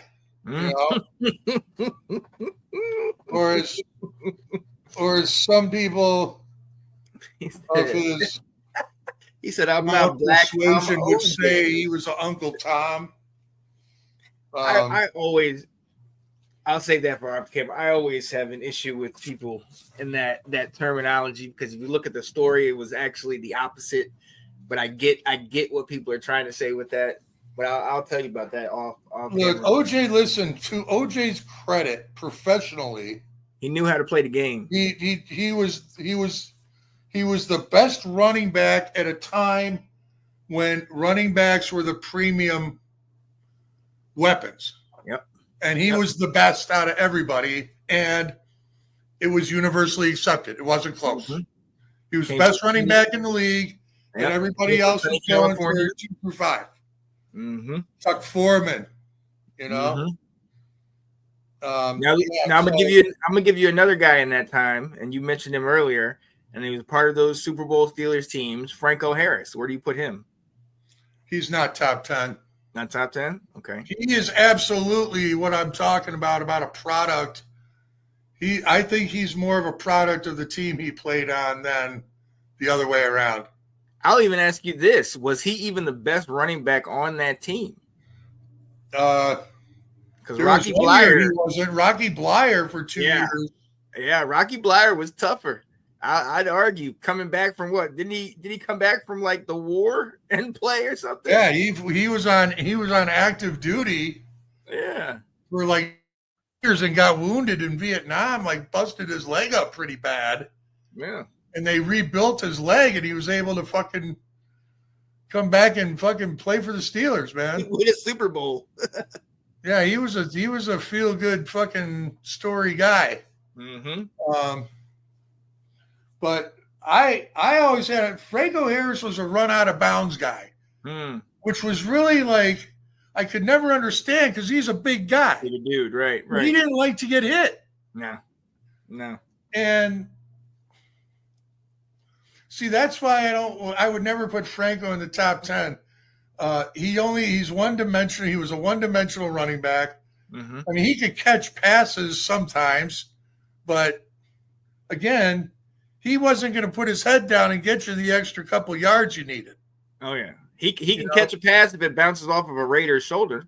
Yeah, they call him immaculate. But I think to your point, Franco is more a product of that moment, and then they gave him a statue to that, and they were able to. There were at least 10 other running backs around the league, including Walter, who you could have put behind that offensive line, and they would have been better than Franco. They would have been dominant, right? Terry Metcalf was a guy underappreciated guy from the mid '70s of that OJ era. Mm-hmm. The beginning of Walter Payton, like Terry Metcalf was one of the first, I want to say scat backs, but Terry Metcalf returned kicks and was a running back, and he could catch passes, but he was small, so not much for blocking. And he played for the Cardinals, so that didn't help. And he played for the Cardinals when they were still in St. Louis. Dan Theodore. He was a great running back that was overlooked a lot because of who he was playing on. Didn't they have a young Otis Anderson on that team? Otis Anderson came right after Terry Metcalf. Yeah, that's where Otis Anderson came in. He was Terry Metcalf's backup and eventually took over for him. OJ, and he was known as OJ Anderson. Yep. And then winning the Super Bowl with the Giants in 1990. Yeah. Got the MVP. All right, you talked about Pittsburgh and Franco being able to run behind that line. I'll give you a team they played and beat in the Super Bowl, Dallas. Tony Dorsett, Heisman Trophy winner, Super Bowl winner. Tony Dorsett played for Pitt. Yeah. Which is where my grandpa, the World War II hero, went to college. Oh, nice. So I had family in Pittsburgh too, so I had a bias for that as well. Yeah. And I always liked Dorsett. He was a guy I loved to hate, basically. Yeah. Like he was just so good, and you couldn't cut him up because he was so good. And yeah, he played with the Cowboys at that time, but Dorsett was the other way around with him. Like you put him on any team and you were in the playoffs if you had that guy. He was that good. Tony Dorsett would have made any team a playoff contender. So he would have been just as good behind the Bears line as Walter Payton ever was. Yeah, he would have been just as good. Now, Tony Dorsett's a guy you could have. He's a guy you could cross generations with. Yeah, he'd be good in any era because he could catch passes. He was big. He could hit you. He wasn't a guy afraid to put his head down. Got injured a couple of times doing that shit. As a matter of fact. Mm-hmm. But yeah, man. Tony Dorsett, man, mad respect for that guy. And I hated it that he went to the Cowboys too. I think that was a fluke too. Like the Cowboys were good the year before. Right. They shouldn't have been able to draft. I think they had somebody else's draft pick that year. Did they get they got him? Oh yeah. Because he was too good to be going to that team. Mm-hmm. Because I was telling you, back in those days, like those guys stayed put. The same teams were good every year. Mm-hmm. Every now and again, like the Bears would go 9-5, you know. But then like Dallas would smack them down by 30. Yep. You know, that happened in the playoffs all the time back then. Hell yeah. Hang on a second. I gotta go to the bathroom real quick. I'll be right back. Yep. Yeah, then you had guys later like Eric Dickerson. Mm-hmm. Yeah, that guy.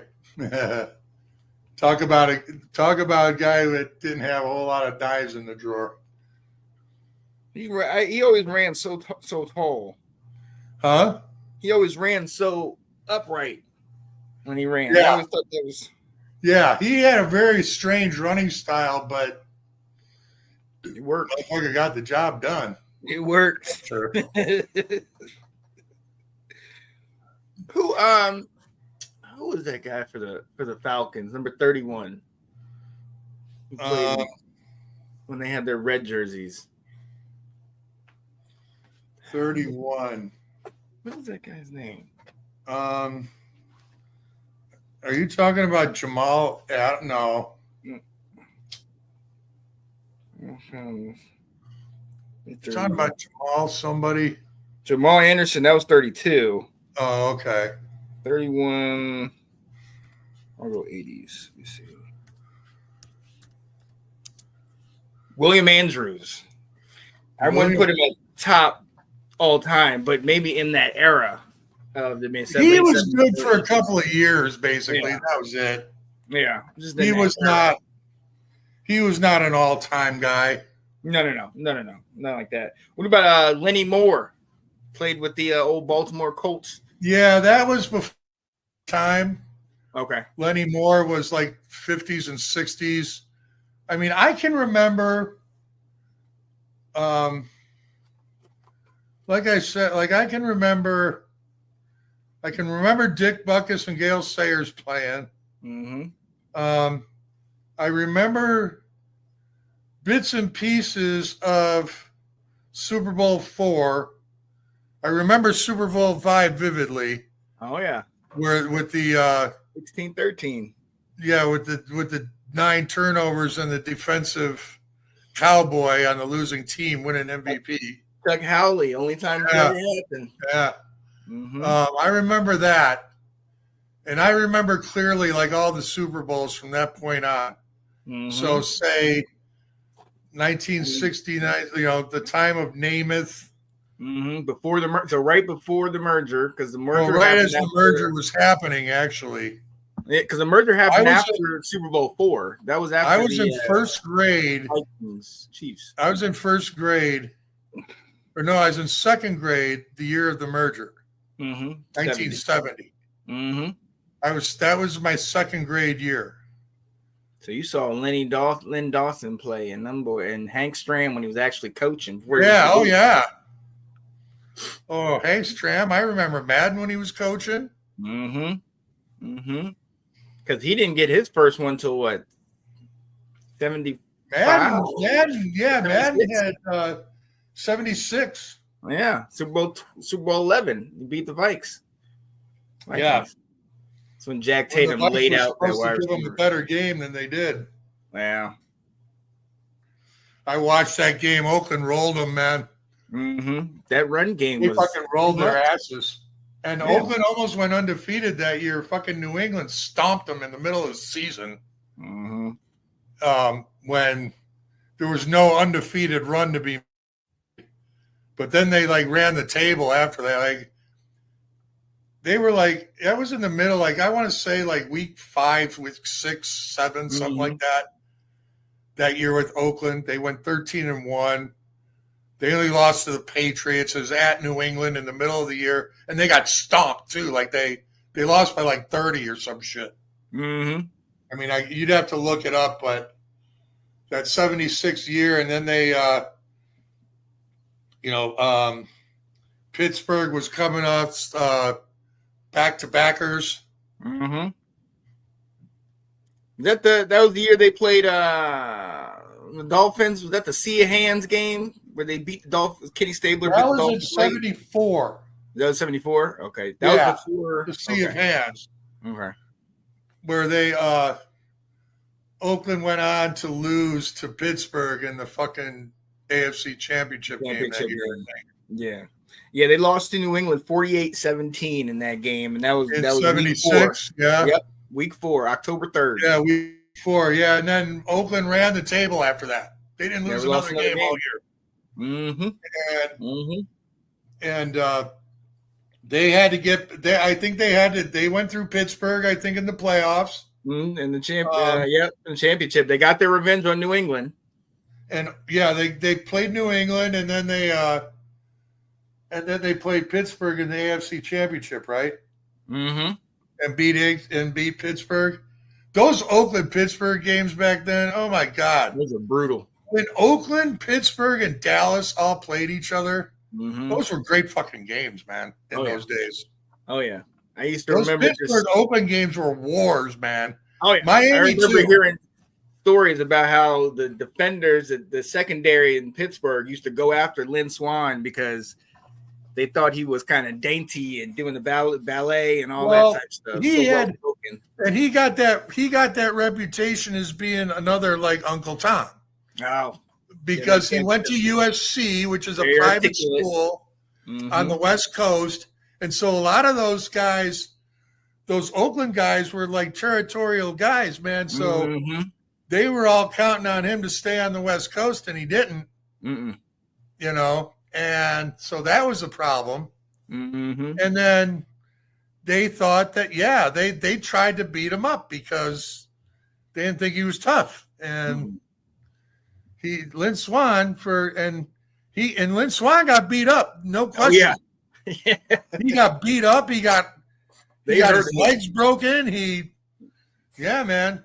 They really went at him. Atkins or whoever, I've seen clips where he was like, I didn't like him. There's no mystery in that. I don't like him to this day. Yeah, it was passion. But he was an immediate product of right after OJ. Oh yeah, because they were playing the same era, those two, and so like Lynn Swann followed him right into football reporting, and he was the next guy after OJ. Yep, And so he caught a lot of that Uncle Tom stuff like after he retired because they thought he was whitening up like OJ did. And I mean, to a certain extent, I get that, but you also have to understand that these guys were also like trying to break barriers, and they were trying to break through not glass ceilings, but steel ceilings, and especially with the color of their skin. And so I can see where there's certain sacrifices you might make personally in order to wear a stronger cape, for lack of a better term. Oh yeah, Dad always taught me never bite the hand that feeds you. He worked in corporate. He worked in the corporate field. He knew how to play the game. Can see where you might like say, okay, well, I could eat this if it furthers the cause. Well, right, and, right. It's for they were coming into TV. They were coming into TV at a time when most of white America thought that we're still under the mistaken impression that somehow African Americans were not as intelligent as white Americans. Absolutely. And, well, that was a fact of the time, and not at all saying it was right. Obviously, it was wrong, but that was kind of what they were trying to break through. And so, I mean, Doug didn't. I always thought they were easy targets because that's what they did. They tried to, they were trying to win. They were trying to beat these motherfuckers at their own game, is what they were doing. And proving at the same time that their viewpoints on things that they were wanting to talk about were just as good, if not better than anybody else, just the same. But again, breaking through a lot of feeling at that time where, people were, were misled and didn't see for themselves that, you're just, that kind of stuff is irrelevant to anything. So it wasn't. I mean, it took until 1987 for we had a first black quarterback starting in the Super Bowl, and he was technically backup. Yeah. So it was prevalent. It was definitely still prevalent through my lifetime, and it was a big deal. And it eventually, and I got to tell you, by that time, so I'm in my mid-20s. In 1987, I'm 23, 24 years old. And I'm already evolving my thinking into it. I was always happy for the guys who broke the barriers. Okay. And always mad respect. But I also had a thing going on already by then, mainly because, I was playing organized sports for most of my life until then, was that it was getting to be tiresome that we have to make such a big deal about it. And that is to say that it shouldn't, not that it shouldn't be recognized, it should. However, it just sucked to me that we constantly have to remind people that this is the first. This is the first. And it got to be, I mean, after a while, it's just fuck. I just want to focus on the fact that it's actually being accomplished, and that's just not the way things are. And yeah, we didn't ask for it, to be this way. No, and I've heard that same discussion from a lot of people that why do we have to focus on that? But at the same time, it is one of those things where it's kind of no, it's so sad that we actually have to do that. Is what I'm saying. Right. Is that I don't have any problem with it. Okay, the problem I have is that it shouldn't be a thing to begin with. It should be a human thing just to begin with. Right. That's the part that pisses me off. About it. Yeah. And it always will. And until motherfuckers get cured of this stupidity, it always will. Yeah. Those ideals. I'll never be able to help that. Oh yeah. Those ideals will definitely they die slowly. Guys, I think, made sacrifices to just win. Okay, well, we're going to have to beat these guys at their own game if we want to get ahead. But that's why I always loved the game of football, because it was a great equalizer. You can't tell me X, Y, and Z. If I can do it over here, then hey, we're on the same page. And football is harder because it requires more people. Right. A lot more people. You have to depend on these guys. Yeah. You know what I mean? It requires a lot more people.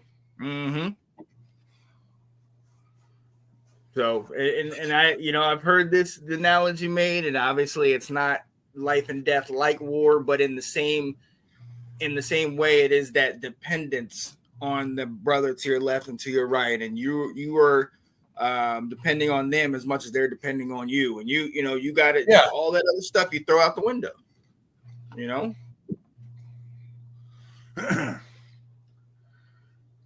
So that's why I don't never like these little leagues that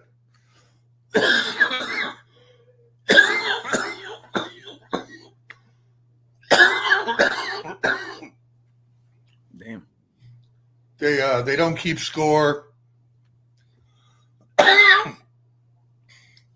Nobody's feelings gets hurt. It's fuck, why are you even playing?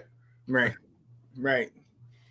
You have to feel there's the so joy of much victory or the agony there's of so defeat. much to be taken out of being able to play sports. Not just an individual achievement, but how you work together with other people and overcome adversity, overcoming adversity, accepting defeat, celebrating your wins when you get them, working to achieve that. There's just so many life lessons you get out of it to, in my opinion, bastardize it by, oh, we're not going to keep score because we don't want our kids' feelings hurt. Okay, well, I always said, well, why don't you just make a feelings league and these other kids that want to play a game and compete and have a winner and a loser at the end of the day. Right. Well, we can do our thing too. Nothing wrong with that. Send them over there, then they can have fun. And I don't have a problem when you're sitting here talking about T-ball for 3 or 4 year olds, whatever. They don't understand any of that. But once you get to that point where they're starting to realize win, lose, and they're watching games on TV, don't let's not dumb them down. Don't count out the neighborhood games they're playing. Very true. At noon on a Tuesday, June day after school just got out. Mm-hmm. They're playing all those games too. Mm-hmm. And they want to win those. They're keeping scoring those games. They're playing like Little League baseball at that age, Little League football. They're off doing that stuff. Like when nobody's looking. Mm-hmm. Except just their friends. So turning that into like regular games is like a dream come true for a lot of these guys. Oh, yeah. Because now we can measure it and keep track. And that's when you're 10, 9, 10, 11, 12 years old, that's a thing. Right. Right. There's nothing that replaces that. And that's why you got to let them. And sometimes it's not going to click right away. You got to let them. And the other part I think about it is, because I've seen a lot of this when I coached for 10 years, a lot of it is the kid he wasn't getting, and the parent will take him out. And I'm like, you're not teaching him anything. You're teaching him that when he fails, that he can or when he struggles, you can take him out and he won't have to worry about it. Right. Keep working with. I've seen guys that did not get it until the last practice of the last year, and they played big in the last game.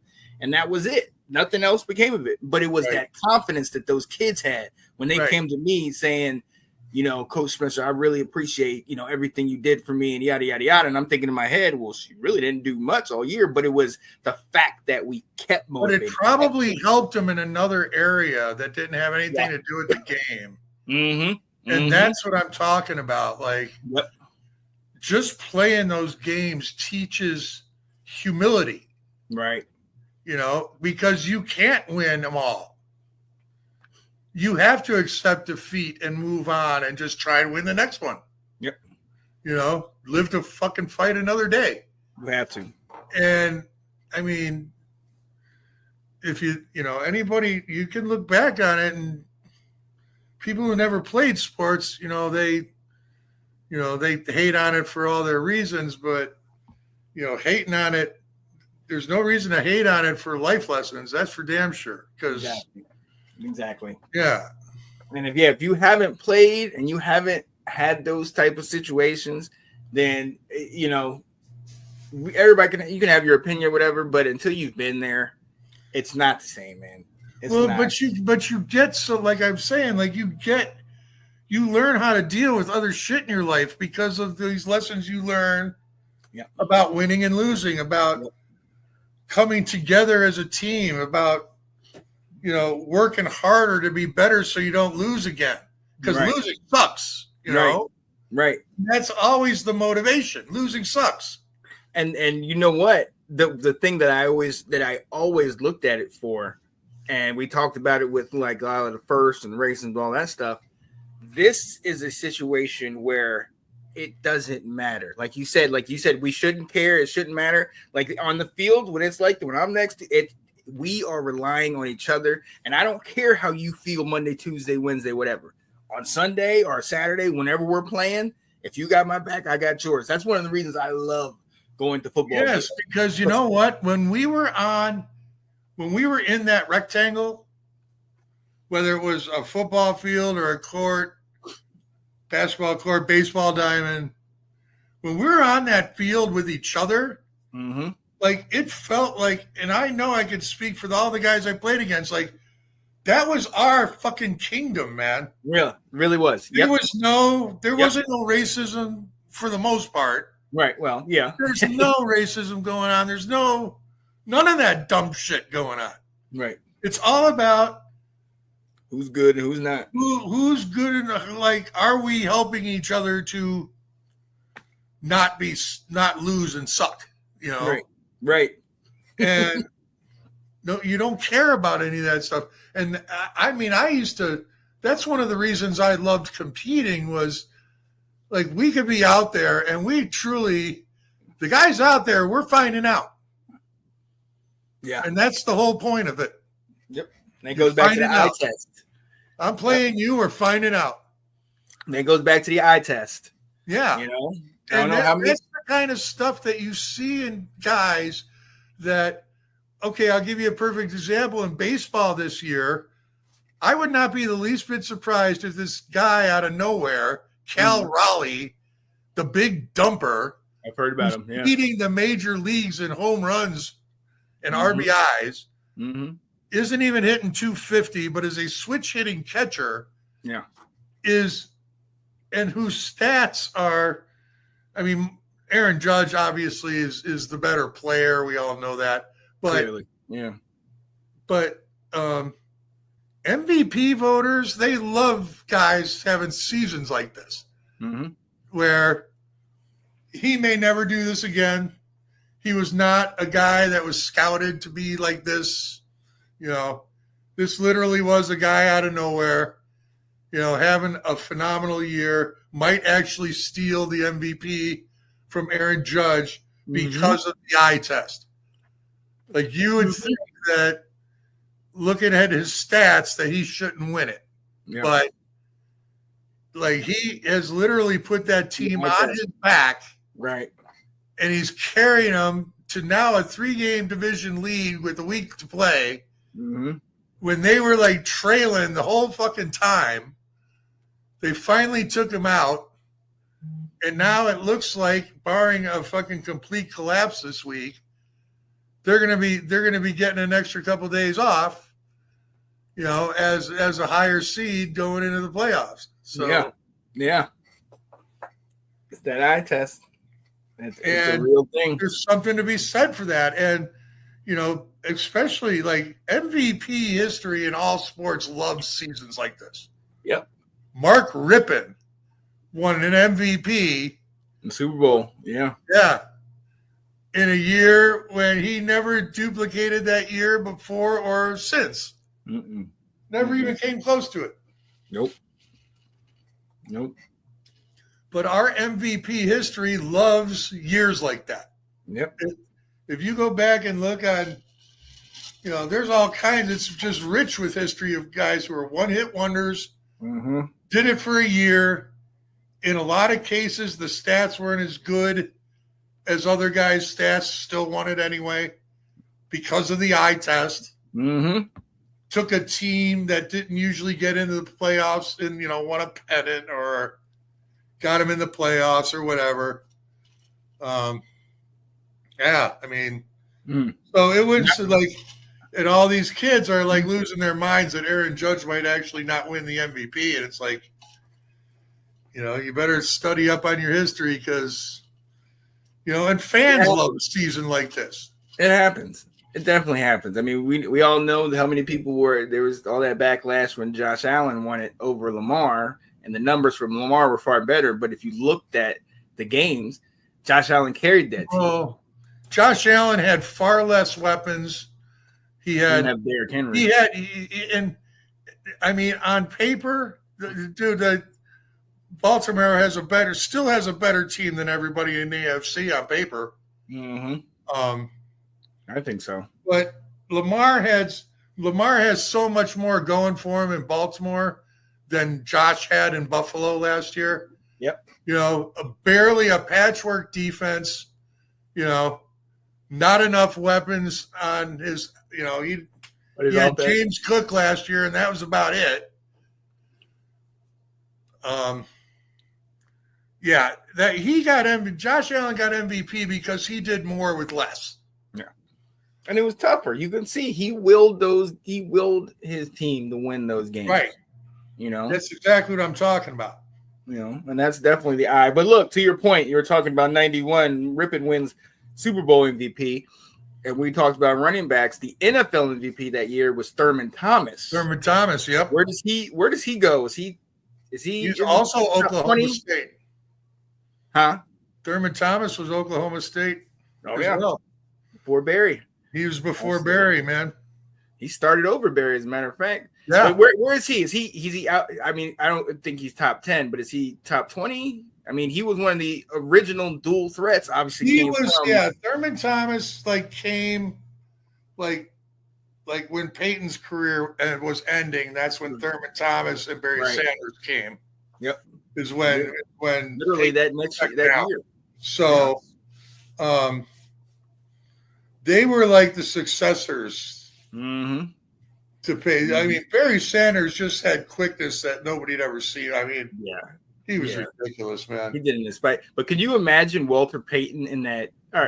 Walter Payton in that K-gun offense. Oh God. I mean, come on, man. Well, that offense was built for Walter Payton. Yeah, Walter Payton was built for the West Coast offense, man. Right, quick. I mean Walter Payton. If Walter Payton with Joe Montana and fucking San Francisco, good God, yeah. How many Super Bowls would that have been? That would have been nice. I mean, yeah. I mean, so again, yeah, you could. It's nice. It's kind of strange and nice to fucking think about some of these guys if you put them on other teams or how they'd fare across eras. Thurman Thomas, I would say, is a top 25, maybe. I mean, he was a great running back, perfect for that fucking offense. You know, Marshall Faulk type of guy, pretty much before Marshall Faulk. That's another name. What you think of Marshall? Is he just the next line in that? Marshall Faulk, Jerome Bettis, more like John Riggins. You know. But yeah, geez, man. Top 10 running backs, and it's like across different eras too. Like I would put LaDainian Thompson in the top 10. Really? Yeah. I mean, he was electric. Oh God. And he could do it all on the field, and he was huge, man. And he could do it all on the field, man. Like, yeah. LT's somebody that's a game changer also. Like you could put him behind any, and he was going to be great. Yeah, that extra added energy. But you got me going down a rabbit hole looking at who are these MVPs in the 90s. Marcus won it y'all year. The year you guys won the Super Bowl. Marcus Allen. Yeah. 1,700 yards. Yeah, Walter led the NFC, I believe, but was second to Marcus. Marcus Allen ran off, I want to say 9 or 10 straight 100-yard games that year in 85. Oh, wow. If I'm not mistaken. Yeah. That's how he about a team that you talk about a team that if they actually had a quarterback would have been decent. Because I'm trying to think. The Raiders? Oh, yeah. That year. That was before. That's when Schrader was still in Washington. So who would they have? Mark. Who was the 1985 Raiders? Well, the Raiders were the other good AFC team that year, the Bears. Yeah. The Raiders and the they had Mark Wilson. Dolphins were the two best teams in the AFC that year of the Bears. Yeah. The Raiders had Mark Wilson. Cleveland was good that year, too. The Browns were good that year in 85, too. Didn't New England beat the Raiders in the playoffs that year? Yeah. New England went on the road and won 3 games. Yeah. I think, including at Miami for the AFC title, which shocked everybody. Yeah, in the rain. Yeah, they won at the Raiders and they won at somebody else, too. That's pretty crazy. Who did they win at? The Jets. Yeah, they went to the Jets, who were 12-5. Beat them. They had to play a wild card. Yeah. And then to the Dolphins. And then to the Dolphins. Yeah. Yeah. And to New Orleans. That's crazy. Jets are another they were team. a wild card. I want to say they were the second wild card team that made the Super Bowl. Yeah, I think the Raiders did it in 80. Yeah, the Raiders were the first ones. Yeah. Yeah. But, yeah, man, fucking, yeah, the 80s were loaded. Roger Craig. Mm-hmm. Look, I'm thinking of the Jets and Freeman McNeil and how much McNeil. Oh, God. That him and Kurt Warner for Seattle, those guys don't get any credit for how good they were. Kurt Warner from Seattle was fucking out of control. Yeah. He had the daggone Seahawks in the championship. Yeah. Kurt Warner was playing when Bo Jackson was playing with the Raiders. I think Kurt Warner was still playing for Seattle. I think. Kurt Warner was 80s and 90s.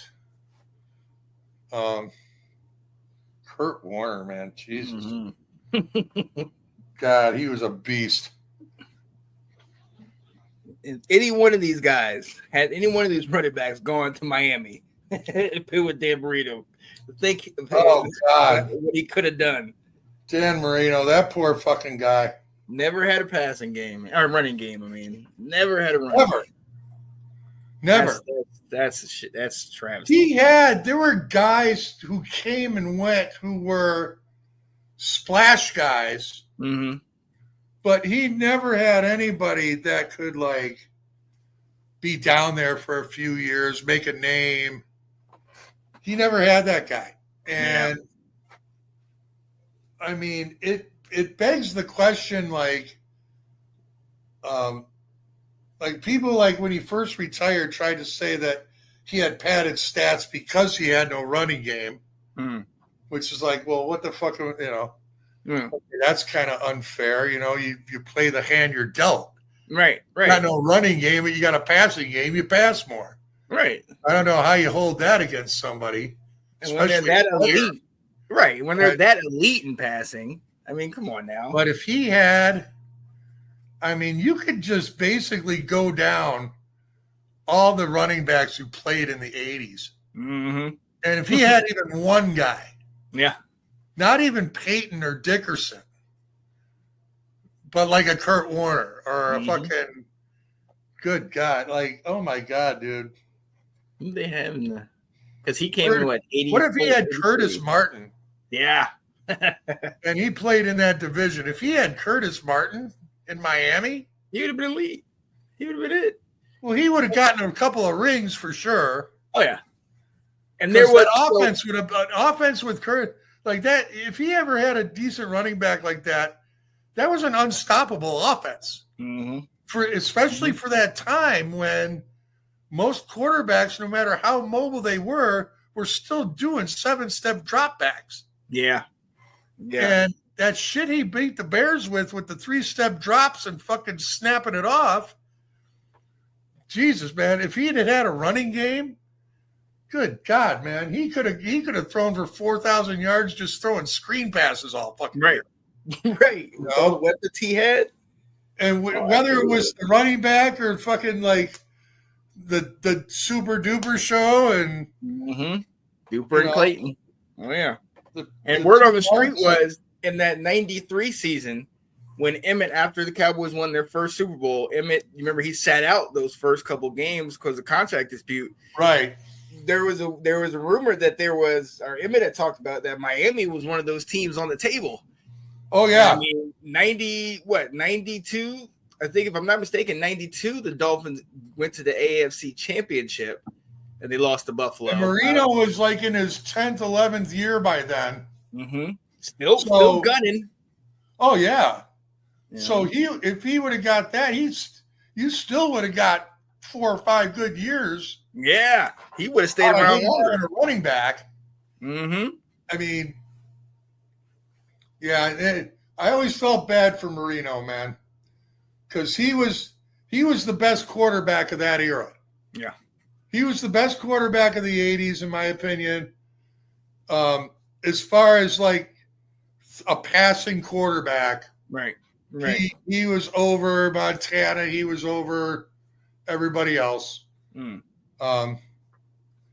Marino just he only got to the big game once, and they laid an egg. Mm. But in football, as you know, it's not one guy's fault. It's right. It's not his fault. Miami didn't lose out on Super Bowls because of him. Mm-mm. Put it that way. He had them in the championship multiple times. Yeah. I mean, that very next year they get obviously the team just didn't play well around him. Right. And some things were fluky. Something when they played New England in the rain, that was New England's type of game. That wasn't sunshine. It wasn't, perfect weather where they can just toss it around the yard like they did against Pittsburgh the year before. Right. And that's one of the biggest reasons they lost that championship game. Mm-hmm. Because their game just didn't work for the wet weather. And, you would think you'd be used to it in Miami, but you know what? Like, you never can tell when you're going to get rain down there. Yeah. Yeah. So, just because you live down there doesn't mean you're always ready for it when it happens. Mm-hmm. So. Late Orange Bowl. Good old day. Yeah, we will always wonder for people like him, people like Elway. And when you saw once Elway got a team around him in a running game, Elway was able to get back-to-back Super Bowls. But you think about how he basically carried the entire team on his back to 3 Super Bowls and just one after the other ran into stellar defense. Well, okay, so honestly, those first 4 Super Bowls that they lost, he never had a chance. Mm-hmm. Like all 4 of those games were going to be blowouts. You talking about Elway or Kelly? Huh? You talking about Elway, right? Those first 3? Yeah, Elway. Yeah. Those first 3 Super Bowls he was in, he never had a chance in any of those games. Now, the Giants, it was 10-9 at halftime for the Giants game. Yeah, but they killed them. I don't think anybody ever doubted that the Giants were going to fucking smoke them eventually. And they did. Yeah. They came out in the second half and they had an answer for Elway, and then they just were going right down the field. Mm-hmm. So Elway, really, I always thought that first one was an illusion because I thought that the Giants proved in the second half, how much better than the Broncos they really were that year. Mm-hmm. I just thought the Giants had a bad first half. But he never really had a chance. But then, once he got a defense, he started winning Super Bowls and it was funny that it was at the end of his career because the other guys around him were better than he was.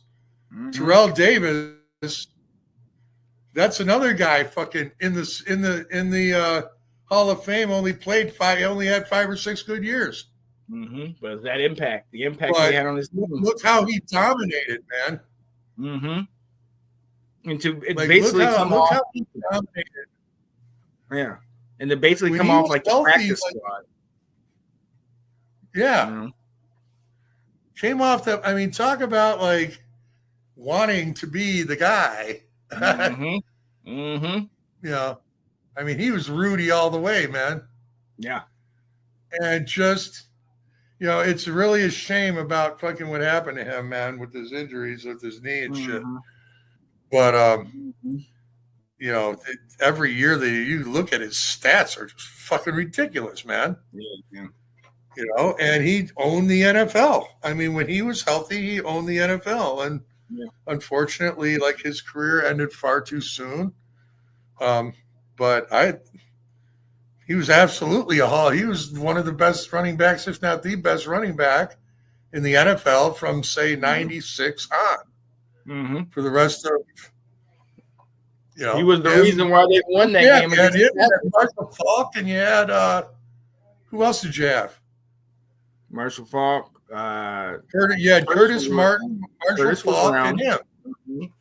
And you had him. That was pretty much it. Yeah. Huh? Yeah, because I don't think LT was there yet. So it was Curtis, LT came in Marshall what, Falk. 99 or 2000? Yeah. So this is the Marshall early Falk 90s. in what, 96? Yeah. Eric Metcalf, he was coming kind of towards the end. Eric Metcalf was not on the same level as those other guys. He was You don't good. He think? wasn't that good. Oh, I would never put him up there with those guys. He was a decent running back. He was never that good. I always thought he was, as far as all-purpose. As far as No, being able yeah, to he's be a like good wide all-purpose receiver, guy. runner. He didn't have a Hall of Fame career. He didn't even have any Hall of Fame seasons, I don't think. No. Yeah. And part, he didn't elevate the team like Barry did. Because, I mean, those Browns teams would struggle, but he didn't elevate them like Barry did. No. And even Barry couldn't elevate those teams. The Browns. And God bless him, loyal. I mean, that dude was so loyal. Like, he retires, like, literally within a game and a half of breaking Walter Payton's record. He's like, no. Year and a half. Probably a season and a half. Wasn't it? I think it was 1,600 yards. Yeah, he had less than a season, I think. He would have got it. He would have got it the next year. Wouldn't do it. I mean, that tripped me out. That really tripped me out that he did that. Yeah. And it also, but upon further review, it was also like, how tired of him, like, how long was he there? What, 11, 12 years? Mm-hmm. Like, I think it was, either 10 or 11, and he had a 1,000-yard season every year. And he had, 2 playoff appearances, right? Or 1? 3. No, he had the championship against us. Then he lost to Philly in the playoffs. Then he lost to the Packers in the playoffs. I think he had one. I think he won one game. They won the game. They beat Dallas. Lost 2 guys in the championship. They won a game that year. Yeah, the Lions lost to. They beat the Cowboys and they lost to us in the championship. Right. They lost That's to the Packers. That's the only playoff game he won, I think. Yeah, I swear he played one against the Rams or something that I think he won. It was only because he wasn't that many. But you're to your point. Like, but the way I always look at Barry is that is the most Barry Sanders thing that he could have done. He's 1 year. Yeah, I didn't see that coming from him. A lot of people didn't see that coming. Oh no, none of us saw it coming. But in hindsight, Barry was reticent at best a lot of the time, and he was frustrated. He mentioned he was frustrated though. Didn't call him an asshole or anything, but he just came off as like he was short. He wasn't extended in his answers, and he came off very matter-of-factly, even cold sometimes, and always sending the little message that I'm not taking your shit. You're not going to dance circles around me. I don't know, man. I always thought he was just. He always struck me as that guy, like, He just seemed to me like he just had that kind of this low, like not a football demeanor. He just had a demeanor of this, like the same guy that's just handing the ball to the ref. The same guy that has that kind of talent. He was a football player. If you saw him without his pads on, you wouldn't think he was a football player, right? And I think that he was that was the whole embodiment of Barry Sanders, and which is the reason why I understand in hindsight, kind of looking at him like 1,600 yards or whatever away from the record. He could have easily broken it that following year, but to him, none of that mattered. So the fact that he was so close to it, it didn't matter to, and that's he wanted a fucking championship, man. He was frustrated. He mentioned it the last couple of years. He gave his whole professional life to an organization that never had any interest in putting anything around him, and milked his loyalty to where they made him fucking retire because he was so loyal. He wouldn't go free agency and go to another team and try and win one. And they weren't trading him. I mean, he wasn't built that way. And he realized that, like, he couldn't take the beating anymore, and the team was going nowhere. So why should I get beat up, continue to get beat up, aggravated assault for 3 hours a week? If they can catch when there's nothing at the end of the tunnel.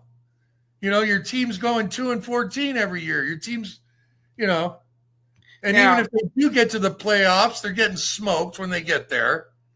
I mean, he was in our division, so you hated him because he just fucked everybody up. Okay. Mm-hmm. But it wasn't anything personal. You just hated him because he was so good, Mm-hmm. But he just he surprised a lot of people with that, man. Oh, I'm sure he did. But I'm not about rushing records. I'm not about my play is spoken for itself. Mm-hmm. I'm not going to badmouth Detroit on my way out, even though not one single person in the sports world would have faulted him one single bit if he had. Mm-hmm. He just classed it up from top to bottom. He really was, and still is, a classy, smart-ass motherfucker. Yeah. And I can't even begin with I've given myself to jobs and organizations that didn't appreciate me and shit. But to do that for 12 years in front of the public. So he got to not be outwardly bitter. I mean, whatever bitterness, he's kept it to himself. He doesn't make a public spectacle of himself with that shit. Mm-hmm.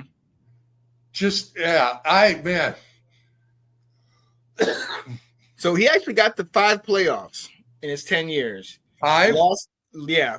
The only time they won a game was against Dallas, and it was the first time when he played in 91.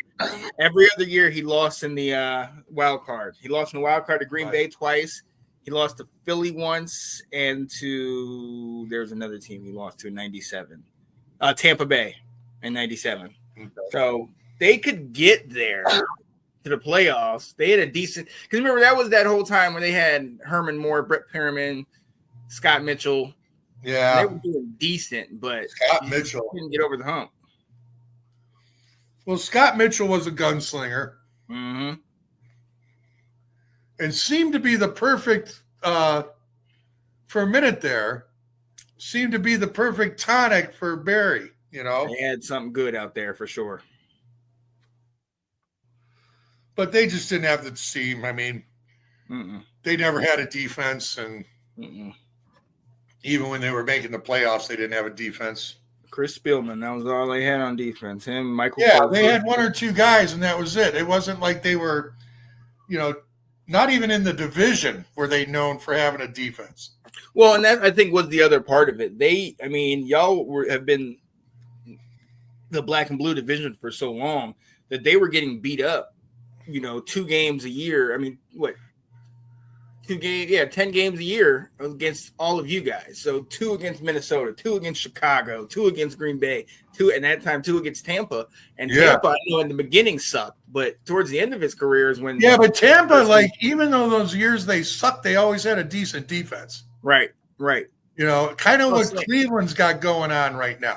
Yeah, it's very similar to when Tampa started getting good in the 90s. Yeah, because they basically even going back to the original days of Leroy Selman. Okay, they always had good defensive players. Right. But they never had. They had Doug Williams for a while before he was in DC. But it wasn't until the offense started catching up to the defense, and Tampa Bay had that sneaky defense for a long time before they got good, where they were only winning 4 or 5 games a year, but they weren't giving up a lot of points either. Oh, yeah. Losing a lot of 1-score games, defense keeping them in it. Only blowouts come when the defense plays bad, Yeah, towards the end of his career, once he started, the late 96, 97, 98, you start seeing Herm Edwards or Tony Dungy became their coach. They get Derek Brooks, they get Warren Sapp, they get John Lynch. And then all of a sudden, that's what you. But you still they had finally started. They finally started hitting on all these draft choices, right? But you still have the likes of Sean King at Tampa Bay was getting top 5 draft choices forever. Yeah, because how bad they had been, but that but defense, they couldn't hit on people. Yeah. They started hitting on people in the 90s. Then they drafted Allstott late. Like they drafted him like 6th, 7th round, some shit like that. Like basically, white corn-fed still got fullbacks. Chicago boy,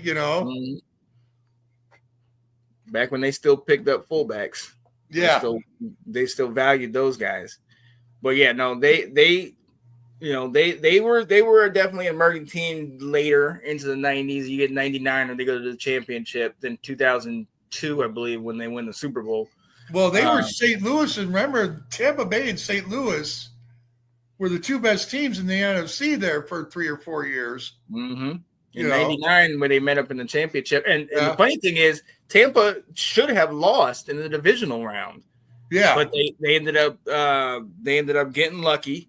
The other team missed a field goal. Actually, our team, Washington, we botched the snap and missed the field goal, and they won 14-13, and then ended up playing St. Louis in St. Louis, which was like the 11-6 game or whatever. Yeah, the 11-6 game. It was the Burt Emanuel catch game where they said he didn't have possession or he did. I don't remember how it goes, but Tampa Bay fans remember. But yeah, no, that Tampa team, they definitely turned around. The only thing I disliked about that is that Tony Dungy built that team, and then they fired him for not getting over the hump, and then all of a sudden Gruden comes in and wins with them. Yeah, Gruden got, and I think to Gruden's credit, he acknowledged that. Like even at the time, he acknowledged that he was the coach of the team, but he was like the custodian basically because he walked into it, I mean, to his credit, for as annoying as he can be sometimes, but to his credit, like I never heard him try to take credit for that team. Like, right. I mean, and that is to say that, like, I built this team and this is my team. Like, I know there were parts of that where he was very proud of what they accomplished that year and all of that. He's always been that way. Mm-hmm. But I've never heard him say anything to the effect of, that was my team. Like I always remember him giving off credit to the previous coaching staff. And he wouldn't always name names, I guess, because that's kind of a thing. Mm-hmm. But are you seeing me on video? Yep. Because I'm stuck. Yep. We're over here with it. Am I? Yeah, I'm just over there with it. No, yeah, and let's be honest. Who knows what happens if Dungy actually plays in that Super Bowl, coaching in that Super Bowl against the Raiders. But Gruden, I mean, that was Gruden's old team. So it was a foregone conclusion in that game. And I was like, between you and me, like I spent a little time in jail, and that was the season that I was in there. Oh, and I was making book in there because it was football season. Yeah, and I got like over 100 guys to bet on that Super Bowl, and I was laying I think I was laying 10 points and giving everybody the fucking Raiders, and because I knew Tampa Bay was just going to beat the fuck out of them. Yeah, I mean, besides the fact that Tampa Bay had a shutdown defense, to your point just a minute ago, I knew that was Gruden had just come from that. Yeah. He knew exactly. It was like the 51 Giants stealing the pennant and shit because they were stealing all the signs, and like the Astros in 2017. Mm-hmm. When you know it's coming. Makes it a little easier. You're lame if you don't win it all. If you know what's coming, and that's part of sports. Like it's weird. Like cheating is both looked frowned upon and looked the other way on. In the norm. Right. Like if you could get away with stealing signs, then everybody hates it. but that's part of the game. As long as you don't get caught while you're at that place. Exactly. A la Jim Harbaugh. A la half these college coaches. Well, he was like Pete Carroll. At least he got enough sense to get the fuck out of the Dodge before the fire started. Exit stage right. Like, they got out of there right before the blaze consumed the buildings. Mm-hmm. And at least, hey, you got to give him credit for that. Like, you know, I don't approve of that at all, what either one of them did. But if you're doing it within the rules, that whole thing with the push, you know? Yeah, exactly. I mean, shoot, you're doing it within the rules and you're getting out right in time. I mean, come on. So people have a problem with the tush push because that shit was illegal in football until like 10, 20 years ago. Right. I mean, that was illegal in football forever. Yeah. And so now you can't even officiate it right, you know. So, yeah, I got a whole problem with that whole thing. Mm-hmm. It is. But that's where the game has evolved to, you know? It's evolved into stupid things we talk about. It really has. Like, there is so much. It could not have sustained. How I think like teams are going to end up later in the year after week 3. It's like, okay, you know what? I would love to sit here and like talk to you about like what I see maybe getting some consistency going, but you know, that whole thing with crowning Green Bay after last week and what I felt was like the September coronation of King Green Bay. Oh yeah. After 2 fucking games. Oh yeah. Like, yeah, come on, man. You know, I can't be that guy that just fills time. I just because I don't want to talk about that dumb shit. No. You know, these guys, people seem to forget that even a guy who's a scrub on an NFL team, still in the NFL. Not only is he way better than you will ever fucking dream of being, but he's also a professional fucking football player. These guys are so good at that level, and there's so many of them that, you know, I mean, that's why baseball is so great. Like, baseball is so great because the best team loses a third of the time. The worst team wins a third of the time. And that leaves the whole middle third for everybody to fight over. Yeah. Okay. And that's what you want in football, too. You know, you want that fucking power shift. You want the whole, you know, I don't know, man. It's all about positioning for me in September. Like I said, you know, after next week, I think we get a good idea of like where a lot of these teams are headed, what direction, what their schedule looks like. You know, I would love to be excited for the Bears, but as I told you, the Bears have just a fucking gauntlet road schedule, man. They really do. They do. I mean, it's insane, like how a last place team is playing that schedule and on the road on top of it. And it's fucking crazy, man. I don't know how you guys are gonna get through it, but you needed this win this week. Well, at the end, like I called them 7-10, even being at 1-2, which is what I have so far. I don't know where those fucking other 6 wins are coming from, pal. Yeah. I mean, they don't look like they can beat either of the 3 teams in the fucking division. You know, they can't beat Detroit. They can't beat Minnesota. You know, I don't know about Green Bay. You never know what you're going to get with them. Yeah. I also didn't think you guys were going to beat the Cowboys, but you pulled that out. You know what? That's a fucking low bar right now. What, the Cowboys? I can't get too excited. I'm happy that Caleb had a great game. Yeah. But let's keep our eye on the ball, as Michael Douglas would say. Let's keep our eye on the ball here, okay? Dallas has like arguably the worst defense in the league. So now there's something to be said for still having to get it done against the worst team in the fucking league. True. and holding their offense, which is actually fairly decent, actually pretty good. I mean, Dak is 2 years away from having MVP numbers, holding them to 14. Now, I understand CeeDee Lamb got hurt, but still, you're holding a solid offense to 14 points. It still said something. And with all the injuries you had like 7 guys out. And then so look, this is where I see victories. Raiders. Are we blanking?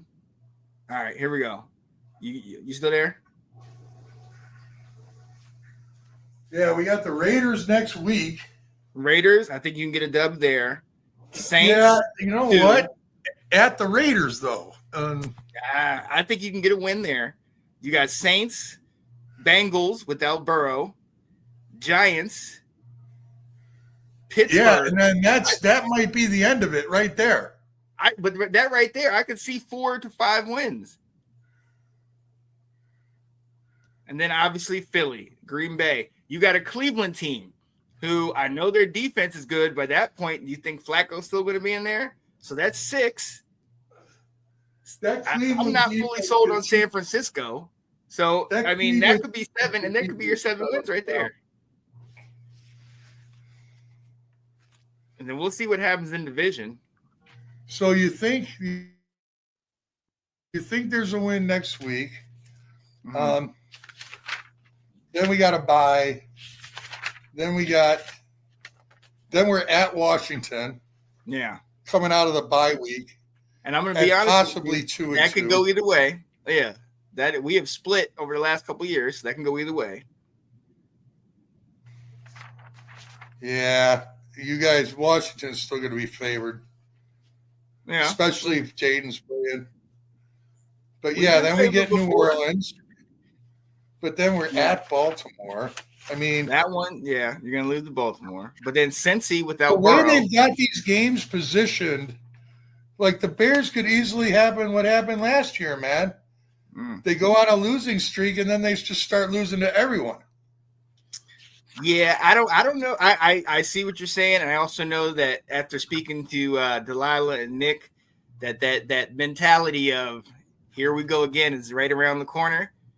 I think you guys are a better team than at least 5 of these teams on this schedule, and I think if you can pull out a win or 2 in the division, I mean we're not talking playoffs, but we are talking maybe 8-9 wins. Well, I said like the only way they were getting those 7. They had to get at least 2 wins in the division for that 7 to materialize. Yeah. I thought the Vegas, the Cowboys, Cleveland, the Giants, those are all winnable games. Yeah. That's 5 more winnable games right there. And now Minnesota. So that's 5 winnable games. If you get 2 in the division, there's your 7. So now, and you got to already have one win. It's that the positioning of these games is just the Bears don't have a run of a couple of easy games in a row here at all. Like they get New Orleans and then they're at Baltimore. You know what I'm saying? Like you guys get Cincinnati and then New York, the Giants. Yeah, but okay. And then you get a bye week before Pittsburgh. The Bears are still the Bears, okay? They've not proved they've had a good game. I'm great, but consistency is everything, and there's been no proof of that yet. We've seen no proof of that. We've seen Caleb have a few good games, but there's nothing after, you know. So what? All right. What can you take away from this game? All right, can you take nothing away from this win? From Caleb and the Bears? Yeah, there's plenty. I'm looking at these first 3 games, and I know you lost. Okay, I'll throw out the Lions game. I'll throw that one out. What? I said I'll throw the Lions game out. The Vikings game, they played 1 good quarter against you guys, and they pulled that one out. Yes, the Bears didn't finish the game, which is true. The Bears beat their divisional game. The whole country watched the Bears kick their ass up and down the field for 3 quarters. Yep. For 3 quarters, they owned then the Minnesota. Chicago boy came in his first game and lived out his dream. And then in the fourth quarter, JJ woke up in the fourth quarter. Yeah. And there we go. He's a Chicago and here boy, we right? are. Isn't he a Chicago boy? Yeah, South Suburb. Like he's from exactly. He's from Orland Park. So he had his motivation. I think he went to Sandberg High. Yeah. That was his motivation. I don't think that game was indicative of how your season is going to go. In fact, I think the first 3 quarters. Actually, that was like the most Bears thing to happen. Well, I believe it. The Bears letting a rookie and or quarterback making their first appearance on Monday Night Football sticks it to the Bears. Yeah. That's like our life story with Monday Night Football. With your secondary out. With 3/4 of the secondary gone. Yeah. Yeah. And dude, they have the Bears were missing best wide receiver in the league yesterday. On defense. The Bears were missing 6 starters on defense yesterday. Yeah. Including all their cover guys. All the cover guys. A high-powered offense to 14 points. Yeah. I mean, this is the time you want people to be hurt earlier in the season. While getting riddled by Caleb Williams for almost 300 yards and fucking 31 points, 4 TDs. Mm-hmm. Yeah, that game. I'm not saying you guys are going to the Super Bowl. I'm just saying I can see 8 games. I can definitely see improvement in Caleb over the last 2 games.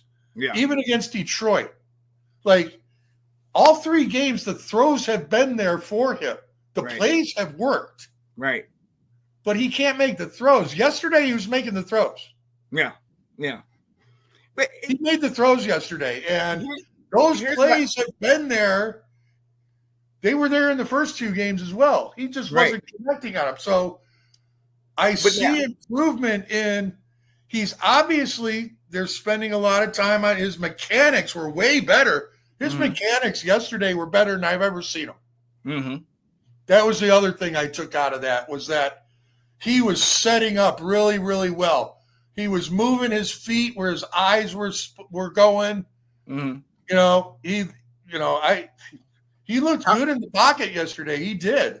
Now, how much do you give to the fact that he has Moore and Odunze and Cole Kmet are the only 3 and Swift are the ones from last year. He's working with new guys and Luther Burden, Corton Loveland, Monogany. Like he's working with a lot of newer guys. How much time how much grace are we going to give them?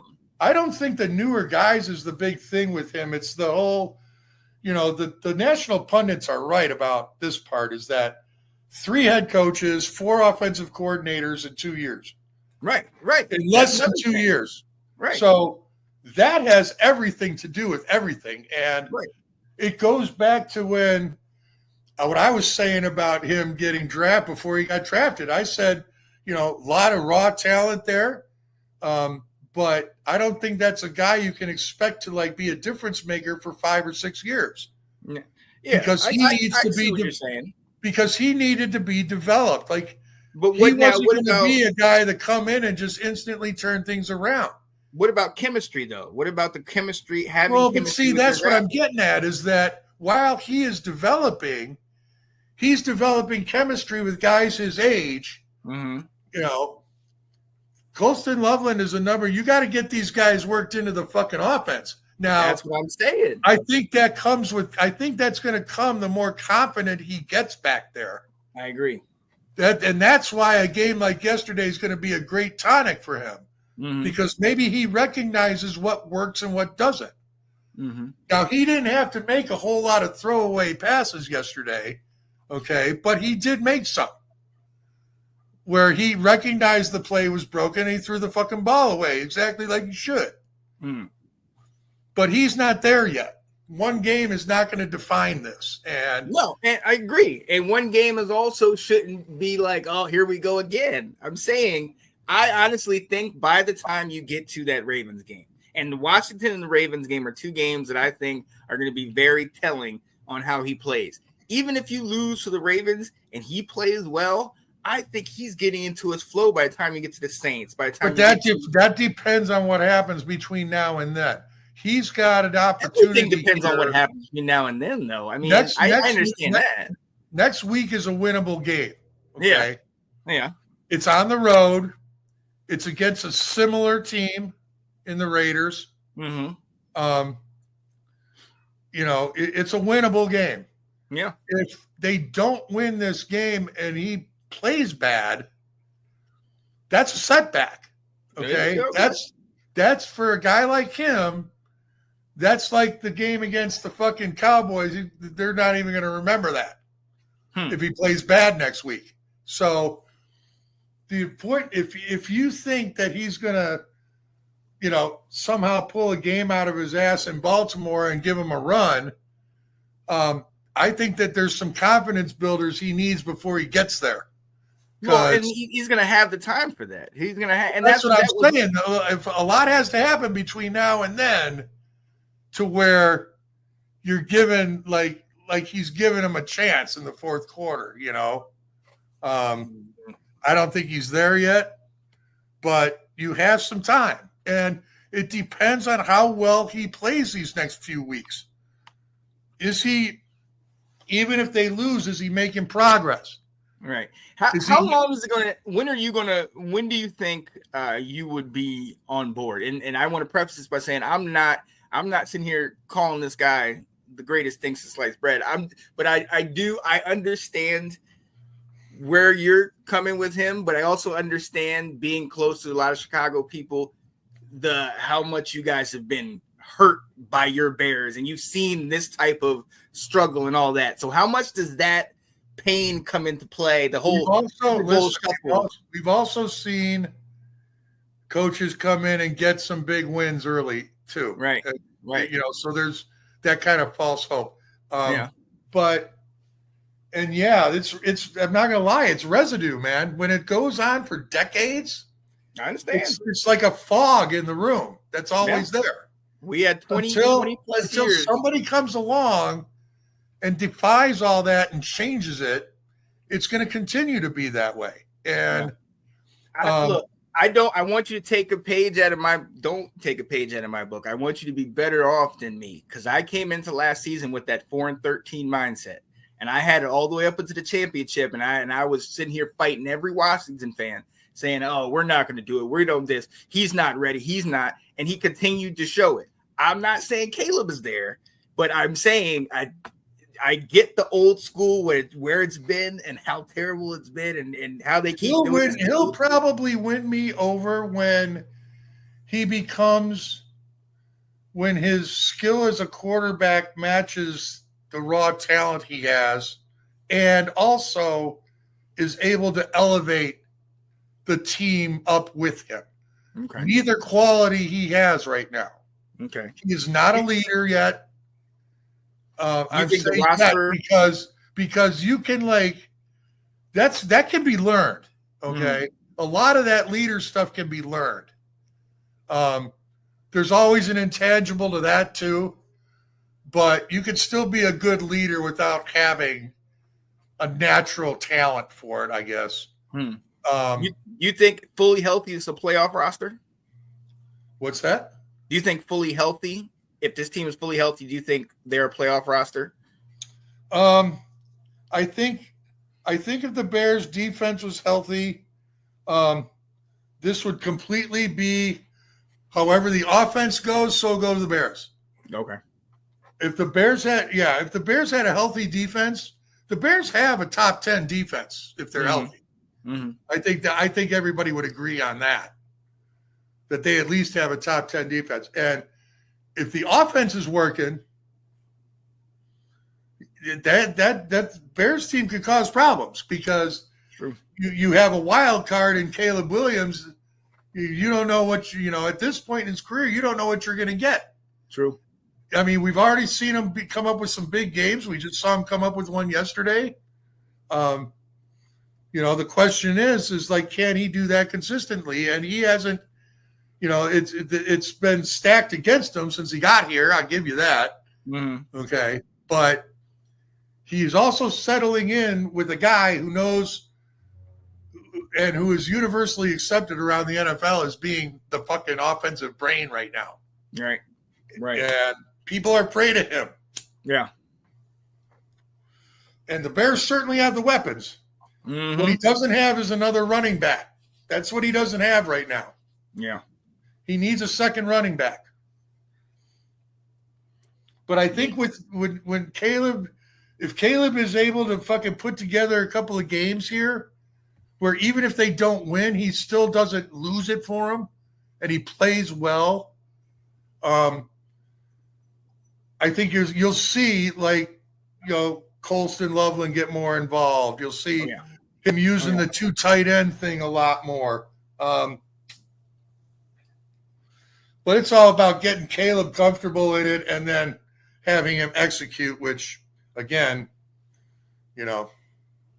everything's got to be fucking kind of – it's almost like you got qualify stuff with Caleb right now. Mm-hmm.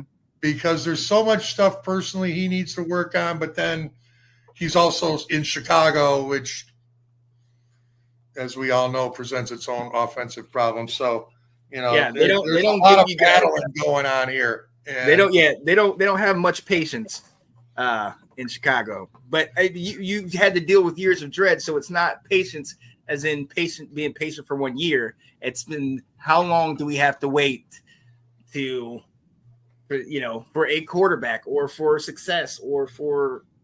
Well, you get players, but you don't have the proper coaches in place. Mm-hmm. Lovie Smith was a great coach, great guy, worst game management guy of all time. They fired him after having a 10-6. They fired him because of that shit. Yeah.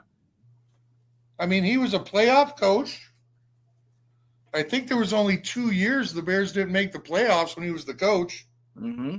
Got you to a Super Bowl. And people wanted him fired for all that shit. And now that we've had a run of bad ones, now everybody's like, hey, don't you want Lovey back? I'm like, don't you remember why we fired him in the first place? Yeah, we'll make the playoffs, and then he doesn't know how to throw the red flag. He doesn't know how to do his timeouts. He never has. I mean, Lovie Smith lost more games for us in the last 2 minutes of games than any coach on record. Yeah, probably. And he probably won more games. He was the worst time management guy in the league. He probably won more games with quarterbacks the likes of Sexy Rexy, Rex Grossman, and Kyle Orton than any coach in the league as well. Which makes it even more of an accomplishment. The guy he had no quarterbacks. And he can't let him run the 2-minute drill because he's fucking up all the timeouts, challenging the wrong plays. I mean, good God, did he ever win a fucking challenge, like, ever? So I'm trying to think who was that's early Aaron Rodgers? Yeah. That was when that was? Okay. Yeah, so that was late Brett Favre, early Aaron Rodgers. So you had to deal with those guys. Yeah. And then Detroit was 0 forever in that time. Yeah. It was a 3-team division. Yeah, Minnesota was decent. But yeah.